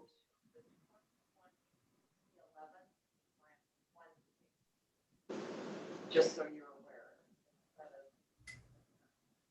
Okay.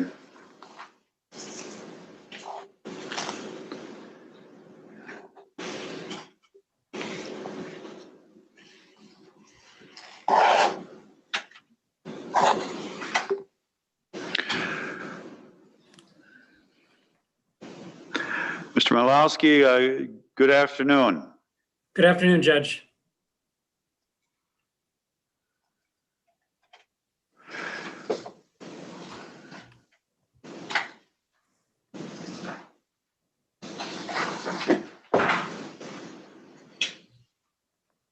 And Mr. Paulson, how you doing? I'm doing okay, sir. How are you? Not too bad.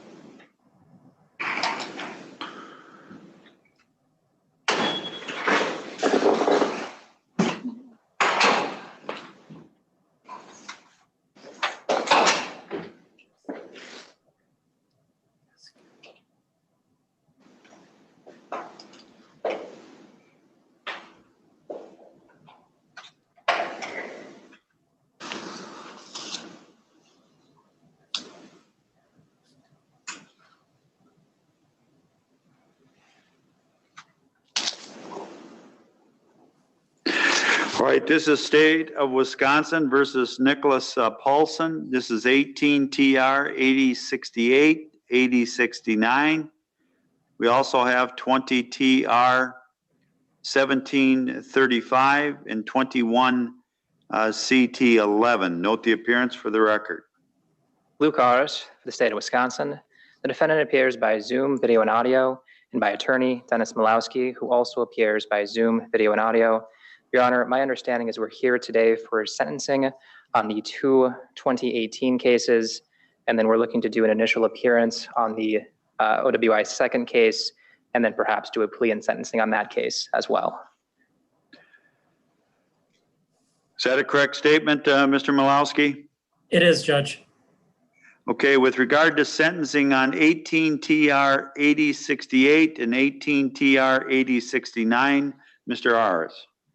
Your Honor, the state is asking this court to follow the 10th Judicial District OWI guidelines, asking for $924.50 as a base forfeiture, a $55 blood draw fee, a 7-month revocation of operating privileges, credit for any time served on administrative suspension, a need to do an alcohol or other drug assessment, a need for a driver safety plan, and then a need for an IID in any vehicle owned or operated by the defendant.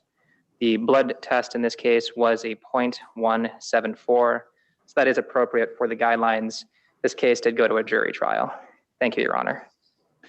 And is the other ticket 18 TR 8069 being dismissed? Yes, it would merge because it's a BAC. Okay, I understand. That'll be dismissed on the state's motion. And Mr. Malowski, you okay with that? I'm okay with that, Judge, but I am going to ask you to stay those penalties pending Mr. Paulson's appeal of certain pretrial rulings the court made. The reason he's pursuing an appeal, Your Honor, is that Mr. Paulson is a CDL holder, and he is facing, anytime a CDL holder gets 2 OWI convictions, they face a mandatory lifetime disqualification of their CDL. And because we intend to proceed with an initial appearance and a guilty plea in the CT matter, and he's going to be facing a revocation in that case, there really is no harm in staying the penalties because he's gonna be serving a license revocation on the second offense conviction, as well as having an IID requirement in that case as well. I just want Mr. Paulson to pursue this appeal and see if there's any possibility for success before he suffers such a drastic consequence as a lifetime CDL disqualification. So I have no problem with those penalties that the state or that the county is asking be imposed, but I am asking that the court stay those penalties because we do plan on proceeding with an appeal in this case. Mr. Aris. Judge, I guess it's news to me that they're filing an appeal, so I'm a little caught off guard. I guess it doesn't make much sense to me then to proceed with sentencing on the OWI second, if that is relying upon the conviction, but then the stayed penalties. That just sort of throws me off. I don't know if we can actually really do that, to be honest. Well, here, let me ask you this, Mr. Malowski, is 21 CT 11, that's an OWI as well, true? It is, Judge, but we're not, there's a conviction already in the 18 TR matter, the trial matter. We're not asking the court to vacate the conviction or anything like that. We're just asking for a stay of the penalties. So there will be a predicate conviction sufficient for a plea to an OWI second. And we do intend on entering a plea in that matter today and proceeding with sentencing in that matter today. So there really isn't anything that should complicate that, because there's a countable conviction as a result of the jury trial verdict.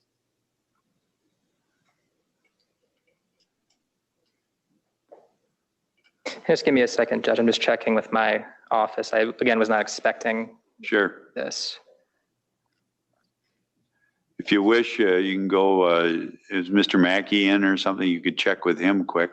Yeah, I've emailed one of the traffic prosecutors.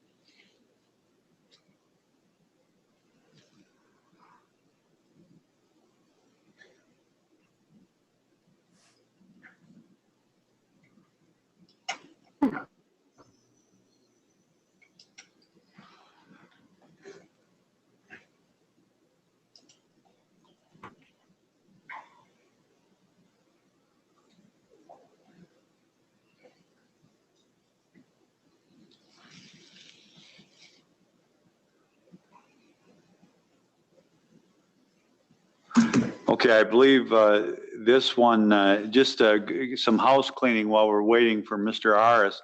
18 TR 8069 and 18 TR 8068. A jury had found Mr. Paulson guilty of both, and let's see. I granted judgment of the verdict, so there is a guilty finding on both of those two citations, and that was from October 1st of 2020. So we already have a finding of guilt. It was set for sentencing. And what you were asking today, Mr. Malowski, that you want me to stay the sentence, true? On this case, yes, Judge. On those two citations. Correct, yes. He's still obviously convicted. We're just asking for a stay of penalties pending the appeal, because is his CDL currently suspended? No. And what is the authority, if you know Attorney Malowski, to stay the penalties? Is there a statute? Well, the court always has the authority to stay penalties in any case. Don't believe that's true for criminal cases. I was just curious if there was something. Well, this is a forfeiture matter. I know. Yeah, no, I get it. He's pleading to the mercy of the court, I think is what he's saying. He is. I mean, the court has the inherent authority to stay a sentence. Well, I know, I get that. Let me tell you this. So here's the only question. I'll make it quick here. What are the issues that you're appealing? Because usually sometimes, you know, the court doesn't stay unless what's the likelihood of succeeding on appeal? What are the major issues that you feel that your client has a shot at succeeding on appeal? Well, you might recall, although it was quite a while ago, Judge, we did have a motion. I filed several pretrial motions on Mr. Paulson's behalf. And one of those had to do with various physical problems that Mr. Paulson suffers from as a result of his being a wounded veteran. You might recall that the officer in this case pulled him over. He had a wounded veteran license plate. The officer became aware of the specific nature of Mr. Paulson's injuries in Iraq. And he has fairly substantial issues with his neck and back as a result of the shrapnel that is actually still present in his body.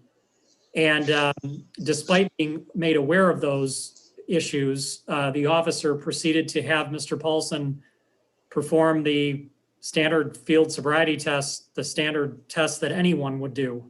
There were also issues as it relates to how certain of the field sobriety tests were administered and interpreted with respect to Mr. Paulson, as well as how the preliminary breath test device was administered as well. So there were a variety of issues that were raised. I believe they're legitimate issues. And Mr. Paulson would like to proceed with an appeal on those. As I mentioned, he's going to be suffering a revocation in the other case. So it's not like he's going to be just driving around unrestricted while the case is on appeal. There's going to be a revocation. And I think if we convict him of that OWI second, my understanding, his CDL would be suspended anyway. His CDL gets correct, Judge. It would get disqualified, but for 1 year. Once there's 2 convictions, it's a lifetime CDL.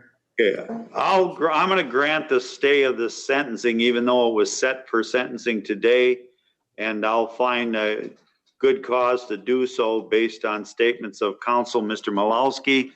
With that being said, and basically, do we want to set that for? Basically, we set it for a status in 6 months or something? Sure, that's fine, Judge. I don't know if the Court of Appeals is that fast, though. They're not. That would be ambitious. It's probably more like 9 to 12. Okay, well, let's set it for, say, next February, That's fine. 2022. February 4th at 9. February 4th at 9 a.m. That works.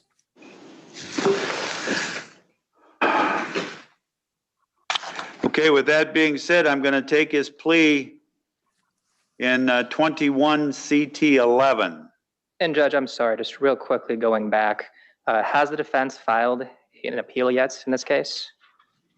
Well, we can't, because he has to have been sentenced first. Okay. But I mean, All right. We're going to proceed expeditiously with this. There are time constraints that we have to comply with now that there's a entry of judgment and a sentence. So. Okay, we can continue. Okay, with regard to 21 CT 11, Mr. Paulson, do you have a copy of the criminal complaint? Mr. Paulson, do you have a copy of the criminal complaint in front of you? I got the State of Wisconsin Circuit Court questionnaire. No, that's not what I'm talking about. I'm talking about the criminal complaint 21 CT 11 that you would have received. Judge, I don't believe he has it present in front of him right now, but I know that he's aware of the charges. We've discussed the charges. I did complete a plea questionnaire form with him that was e-filed with the court today as well.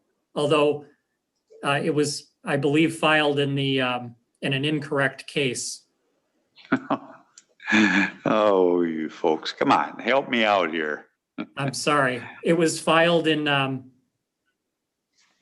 the CT matter was not showing up on my e-filing today, Judge. Only the traffic portion of the case was. Okay, here's what I've got. Let's not be sloppy here. This is important stuff.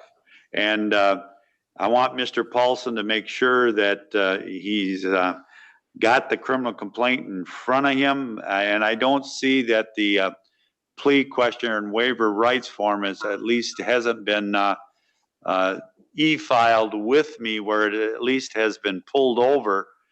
So I'm missing that as well. So Mr. Malowski, I can work with you, but you got to work with me. Sure. And I want to give you a date for a plea, and it's hopefully it won't be too far out, but we'll get it done. Give us a date.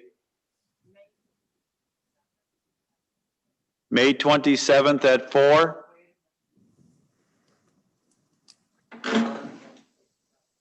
Okay, we've got to try another date. May 20th at 2:45. Can we do it a little earlier in the day, Judge? Because I've got a 3 o'clock motion hearing in Ozaki County.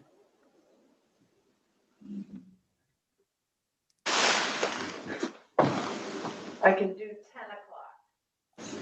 It's gonna be out. That works. 10 a.m.? Yes, that works. Okay, and now, Mr. Paulson. Sorry, can you Here's say the- that date one more time, please? Okay, repeat it. 10. Thank you. Okay, now, Nick, here's the thing. You're appearing by Zoom today with the court, true? That's correct, sir. And Mr. Malowski, your attorney is also appearing by Zoom, true? Yes?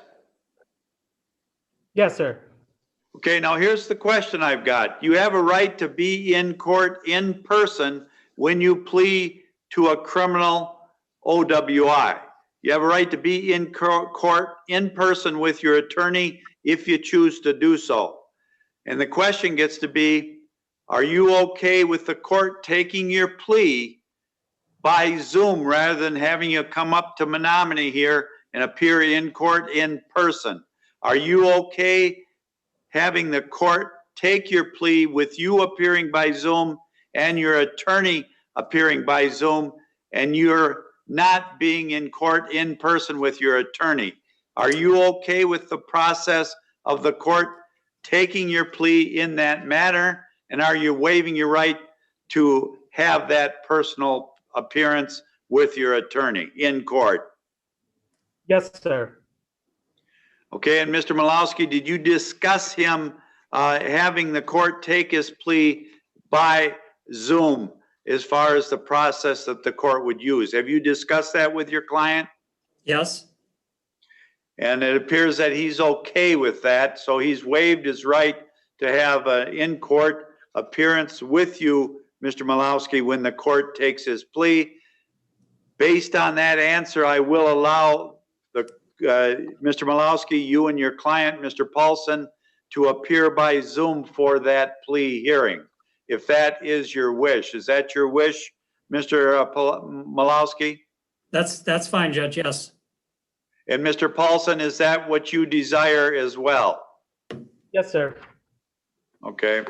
All right, then we'll send out that information to you. The clerk's office will send it out to you, what that Zoom information will be for you to make contact with the court on that date, okay? Thank you, Judge. All right, and then the other case I believe that is tagging along is 20 TR 1735. All right, thank you. We'll see you then, folks. Thank you. Thank you, sir. Thank you.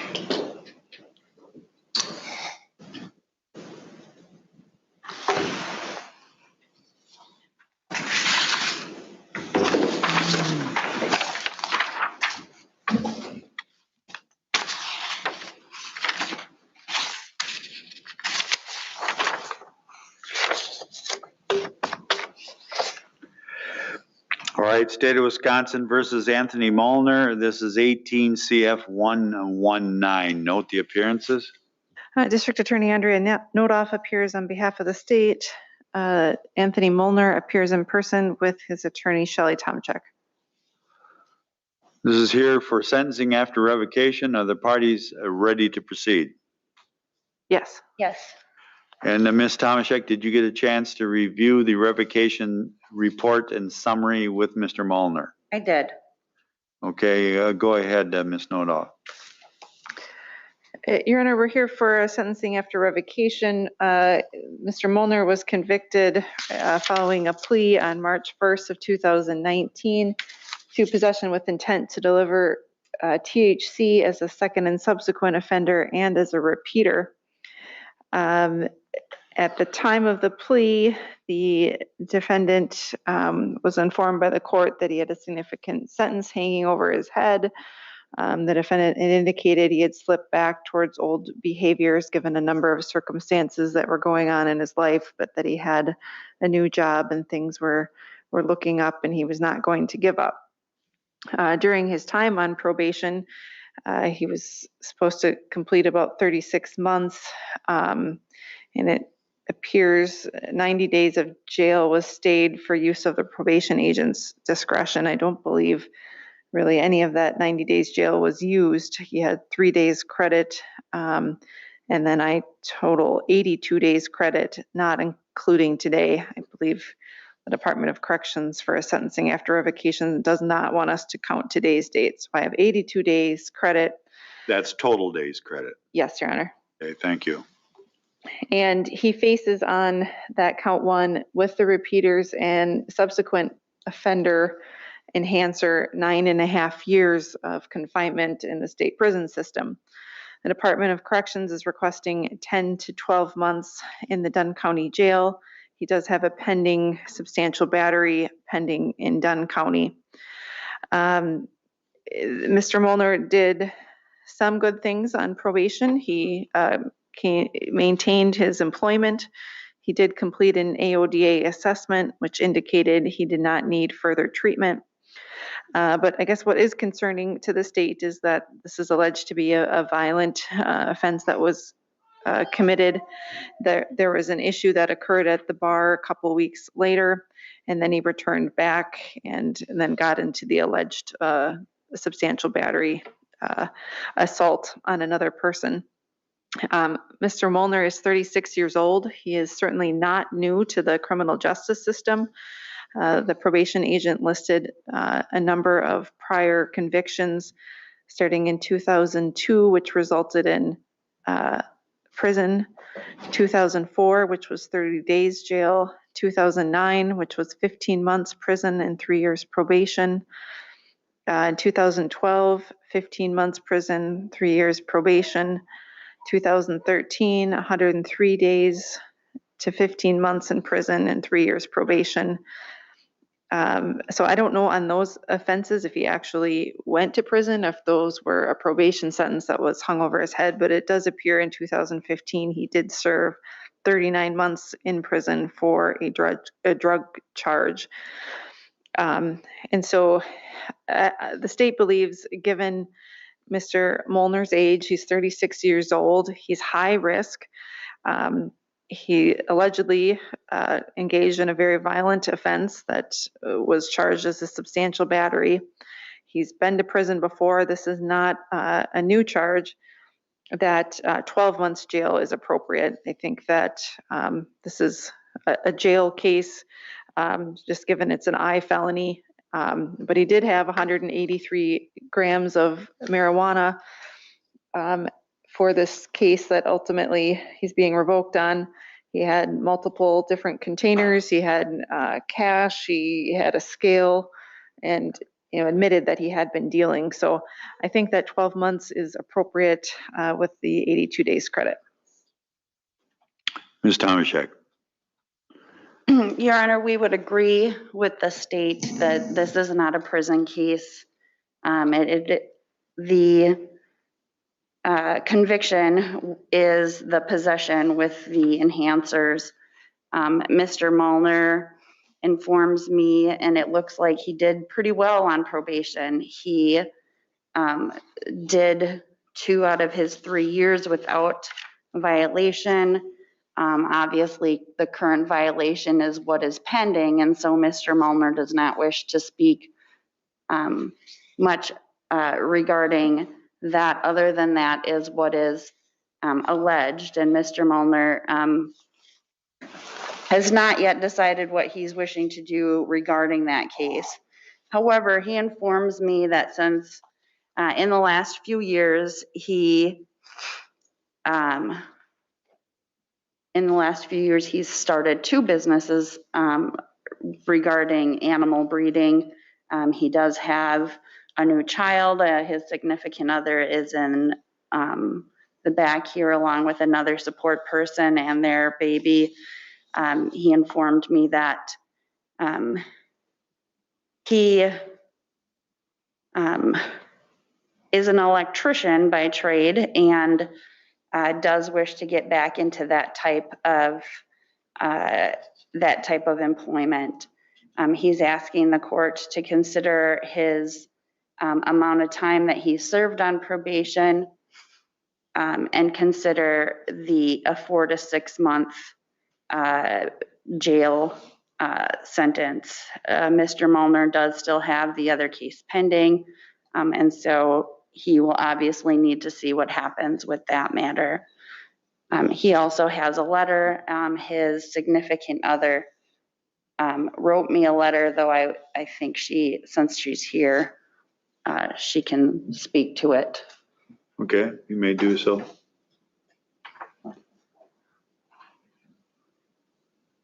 Needs to use the microphone, okay?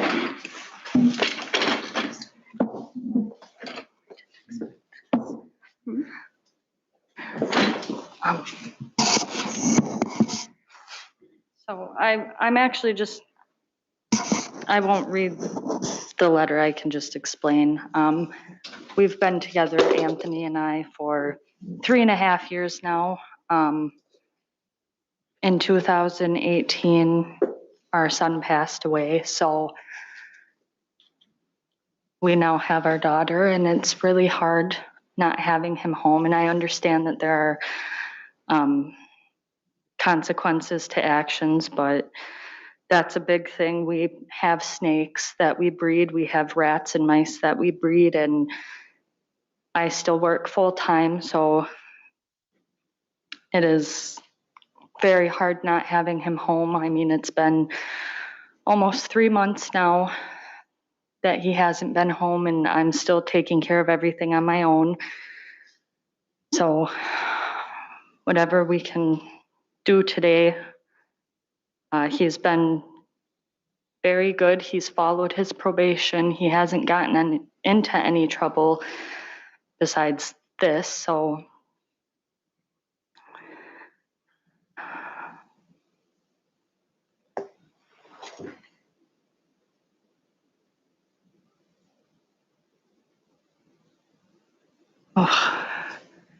I'm sorry.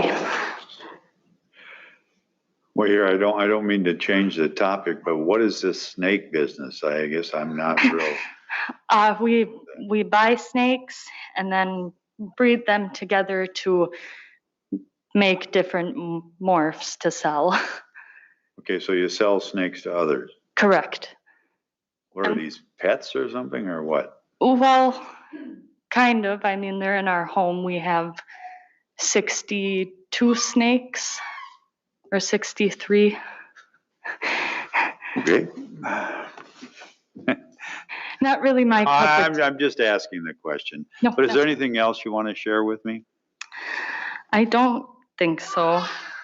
Okay. That's the most of it. Just we have a very busy life, and I'm still trying to keep our life going without him home. And Okay, and this is your daughter here? It is. Okay. How old is your daughter? She just turned 7 months. 7 months, okay. She looks like a little cutie. She is. Okay. All right, thank you, appreciate it. Thank you.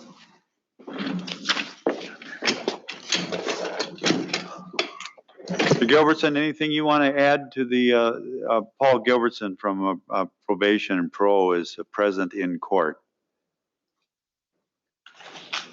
Yes, Your Honor, the first thing I would, that's exactly why I don't want this anymore. Yeah. Mr. Mueller, I've supervised him for about a year. It's accurate. I didn't have any issues during that time. He was violation free up until 5 years. He maintained employment. He reported the schedule. I genuinely didn't have issues up until this incident. Unfortunately, the violations themselves. Sure. It's led to where we are. Okay. While I supervise him. I get it. All right, Mr. Mullner, you have a right to share some thoughts with me. If you'd like, pull the mic up and speak loudly and clearly into the mic. But if you're reading something, we usually read faster than we talk. So just make sure you're speaking slowly. Go ahead, sir. Absolutely. Thank you, Your Honor. I was initially charged in 2018 and convicted in 2019. Since 2018, which has been stated, I've remained law-abiding with no new charges. I was placed on probation in 2019 and have yet had any violations or infractions which have been touched on by my counsel and probation officer. When you sentenced me in 2019, it was shortly after my first son, Jasper, passed away. You asked then how I was doing, and I told you I was doing well and would continue to do my best. 2 years later, we finally have a beautiful daughter, Harriet, who's 7 months after 3 pregnancies. We had another one that didn't work. So now we are blessed with a happy, healthy baby. Not only do I have a family to get home to, we have started 2 businesses that are in their infancy also. We do breed snakes. In order to feed snakes, I started to breed rats. A lot more cost effective. So I'm actually starting a rattery. It was starting a rattery also, which plans were we were going to name it Hattie's Ratties and start a second business. My presence at home is needed more than ever as a father, a partner, and a business owner. I ask the courts to consider sentencing me to as little time deemed necessary. Considering how I have done the last 3 years, I am confident that I will continue to do well and avoid the legal system. I owe it to my daughter, Harriet, and my significant other, Alexis, to do the best I can for them and myself to ensure the life of happiness that they deserve and avoid the cycle of hurt. And that's really all I'm asking. I'm asking for consideration. I've done 3 years without a problem. I'd rather not touch on the violation because, like Shelley touched on, I am fighting it still. This wasn't me. This wasn't what I've been doing for 3 years. I've been doing the best I can, like I promised you I would.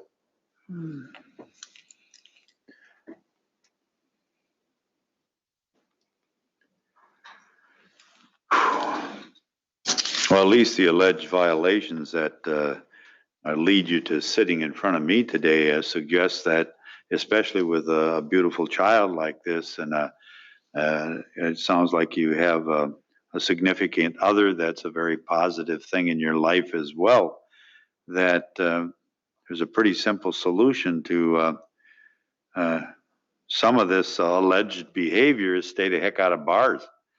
I mean, you don't need it. Yes. I mean, wow. But, this one, I don't get to, other than the revocation summary that gets submitted to me, I don't get to hear a lot. I heard what you said. I think you speak sincerely with me, but these are the types of things that it's so serious. When you've had opportunities and you know what your record looks like, you know where you've been, you know what you're trying to do going forward. But it's just like in these days and times, this violence that what's alleged here and why it happens beats the heck out of me. I mean, usually when we run into those situations, the first option is how can I lower the temperature here so that things don't start happening, that we end up paying a rather major penalty for something that shouldn't have happened in the first place. And and the other thing is you got to remember, while this is happening, you are on supervision with Mr. Gilbertson. And when we use probation as one of those mechanisms, and there isn't a lot of contact with the probation agent, I get it, but at least it's there so that if you don't make good choices, use a good thought process, you end up getting yourself in trouble and you got to pay a big price. I don't want you to be in front of some guy like me. You know, I wish you weren't here today. You and me both. But you are. Yep. And you still have to resolve those other cases, but I'm going to throw something out here that I think is fair. It's appropriate. You're going to be doing that 10 months incarceration in the Dunn County Jail. We'll give you credit for, I think it was the 82 days. You can have Huber privileges. And are you asking for anything else, Ms. Tomaszek? No, Your Honor. All right. He does have everything paid off, all of his fees. Okay. Now, I assume at least at this juncture, you can have Huber privileges for work. And after the first 5 months are completed, you got 82 days credit. I would allow you Huber privileges for childcare as well. Okay. I was told childcare to start tomorrow. I'm sorry, after what, Your Honor? The first 5 months of the sentence. And he's already got credit. I'll say the first, he gets credit for 82 days, so it's another 3 months. Then he can also have Huber privileges for childcare. Got it? Yeah, it was, okay, that's news to me. I've been talking to Ormston. He said I could start it tomorrow if I got Huber today, childcare. So I didn't know if that was a jail thing or your thing. So that's my thing.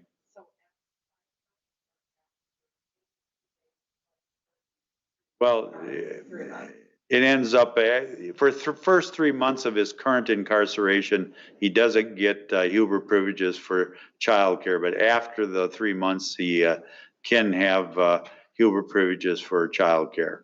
Let's start tomorrow. But he can have Huber privileges for work immediately. All right, that's it. 20 days to appeal me if you disagree with what I've done today. Because he just said after the first. Okay, we've completed the day. Thank you. I need you to just sign here. Yeah. I need you on the list.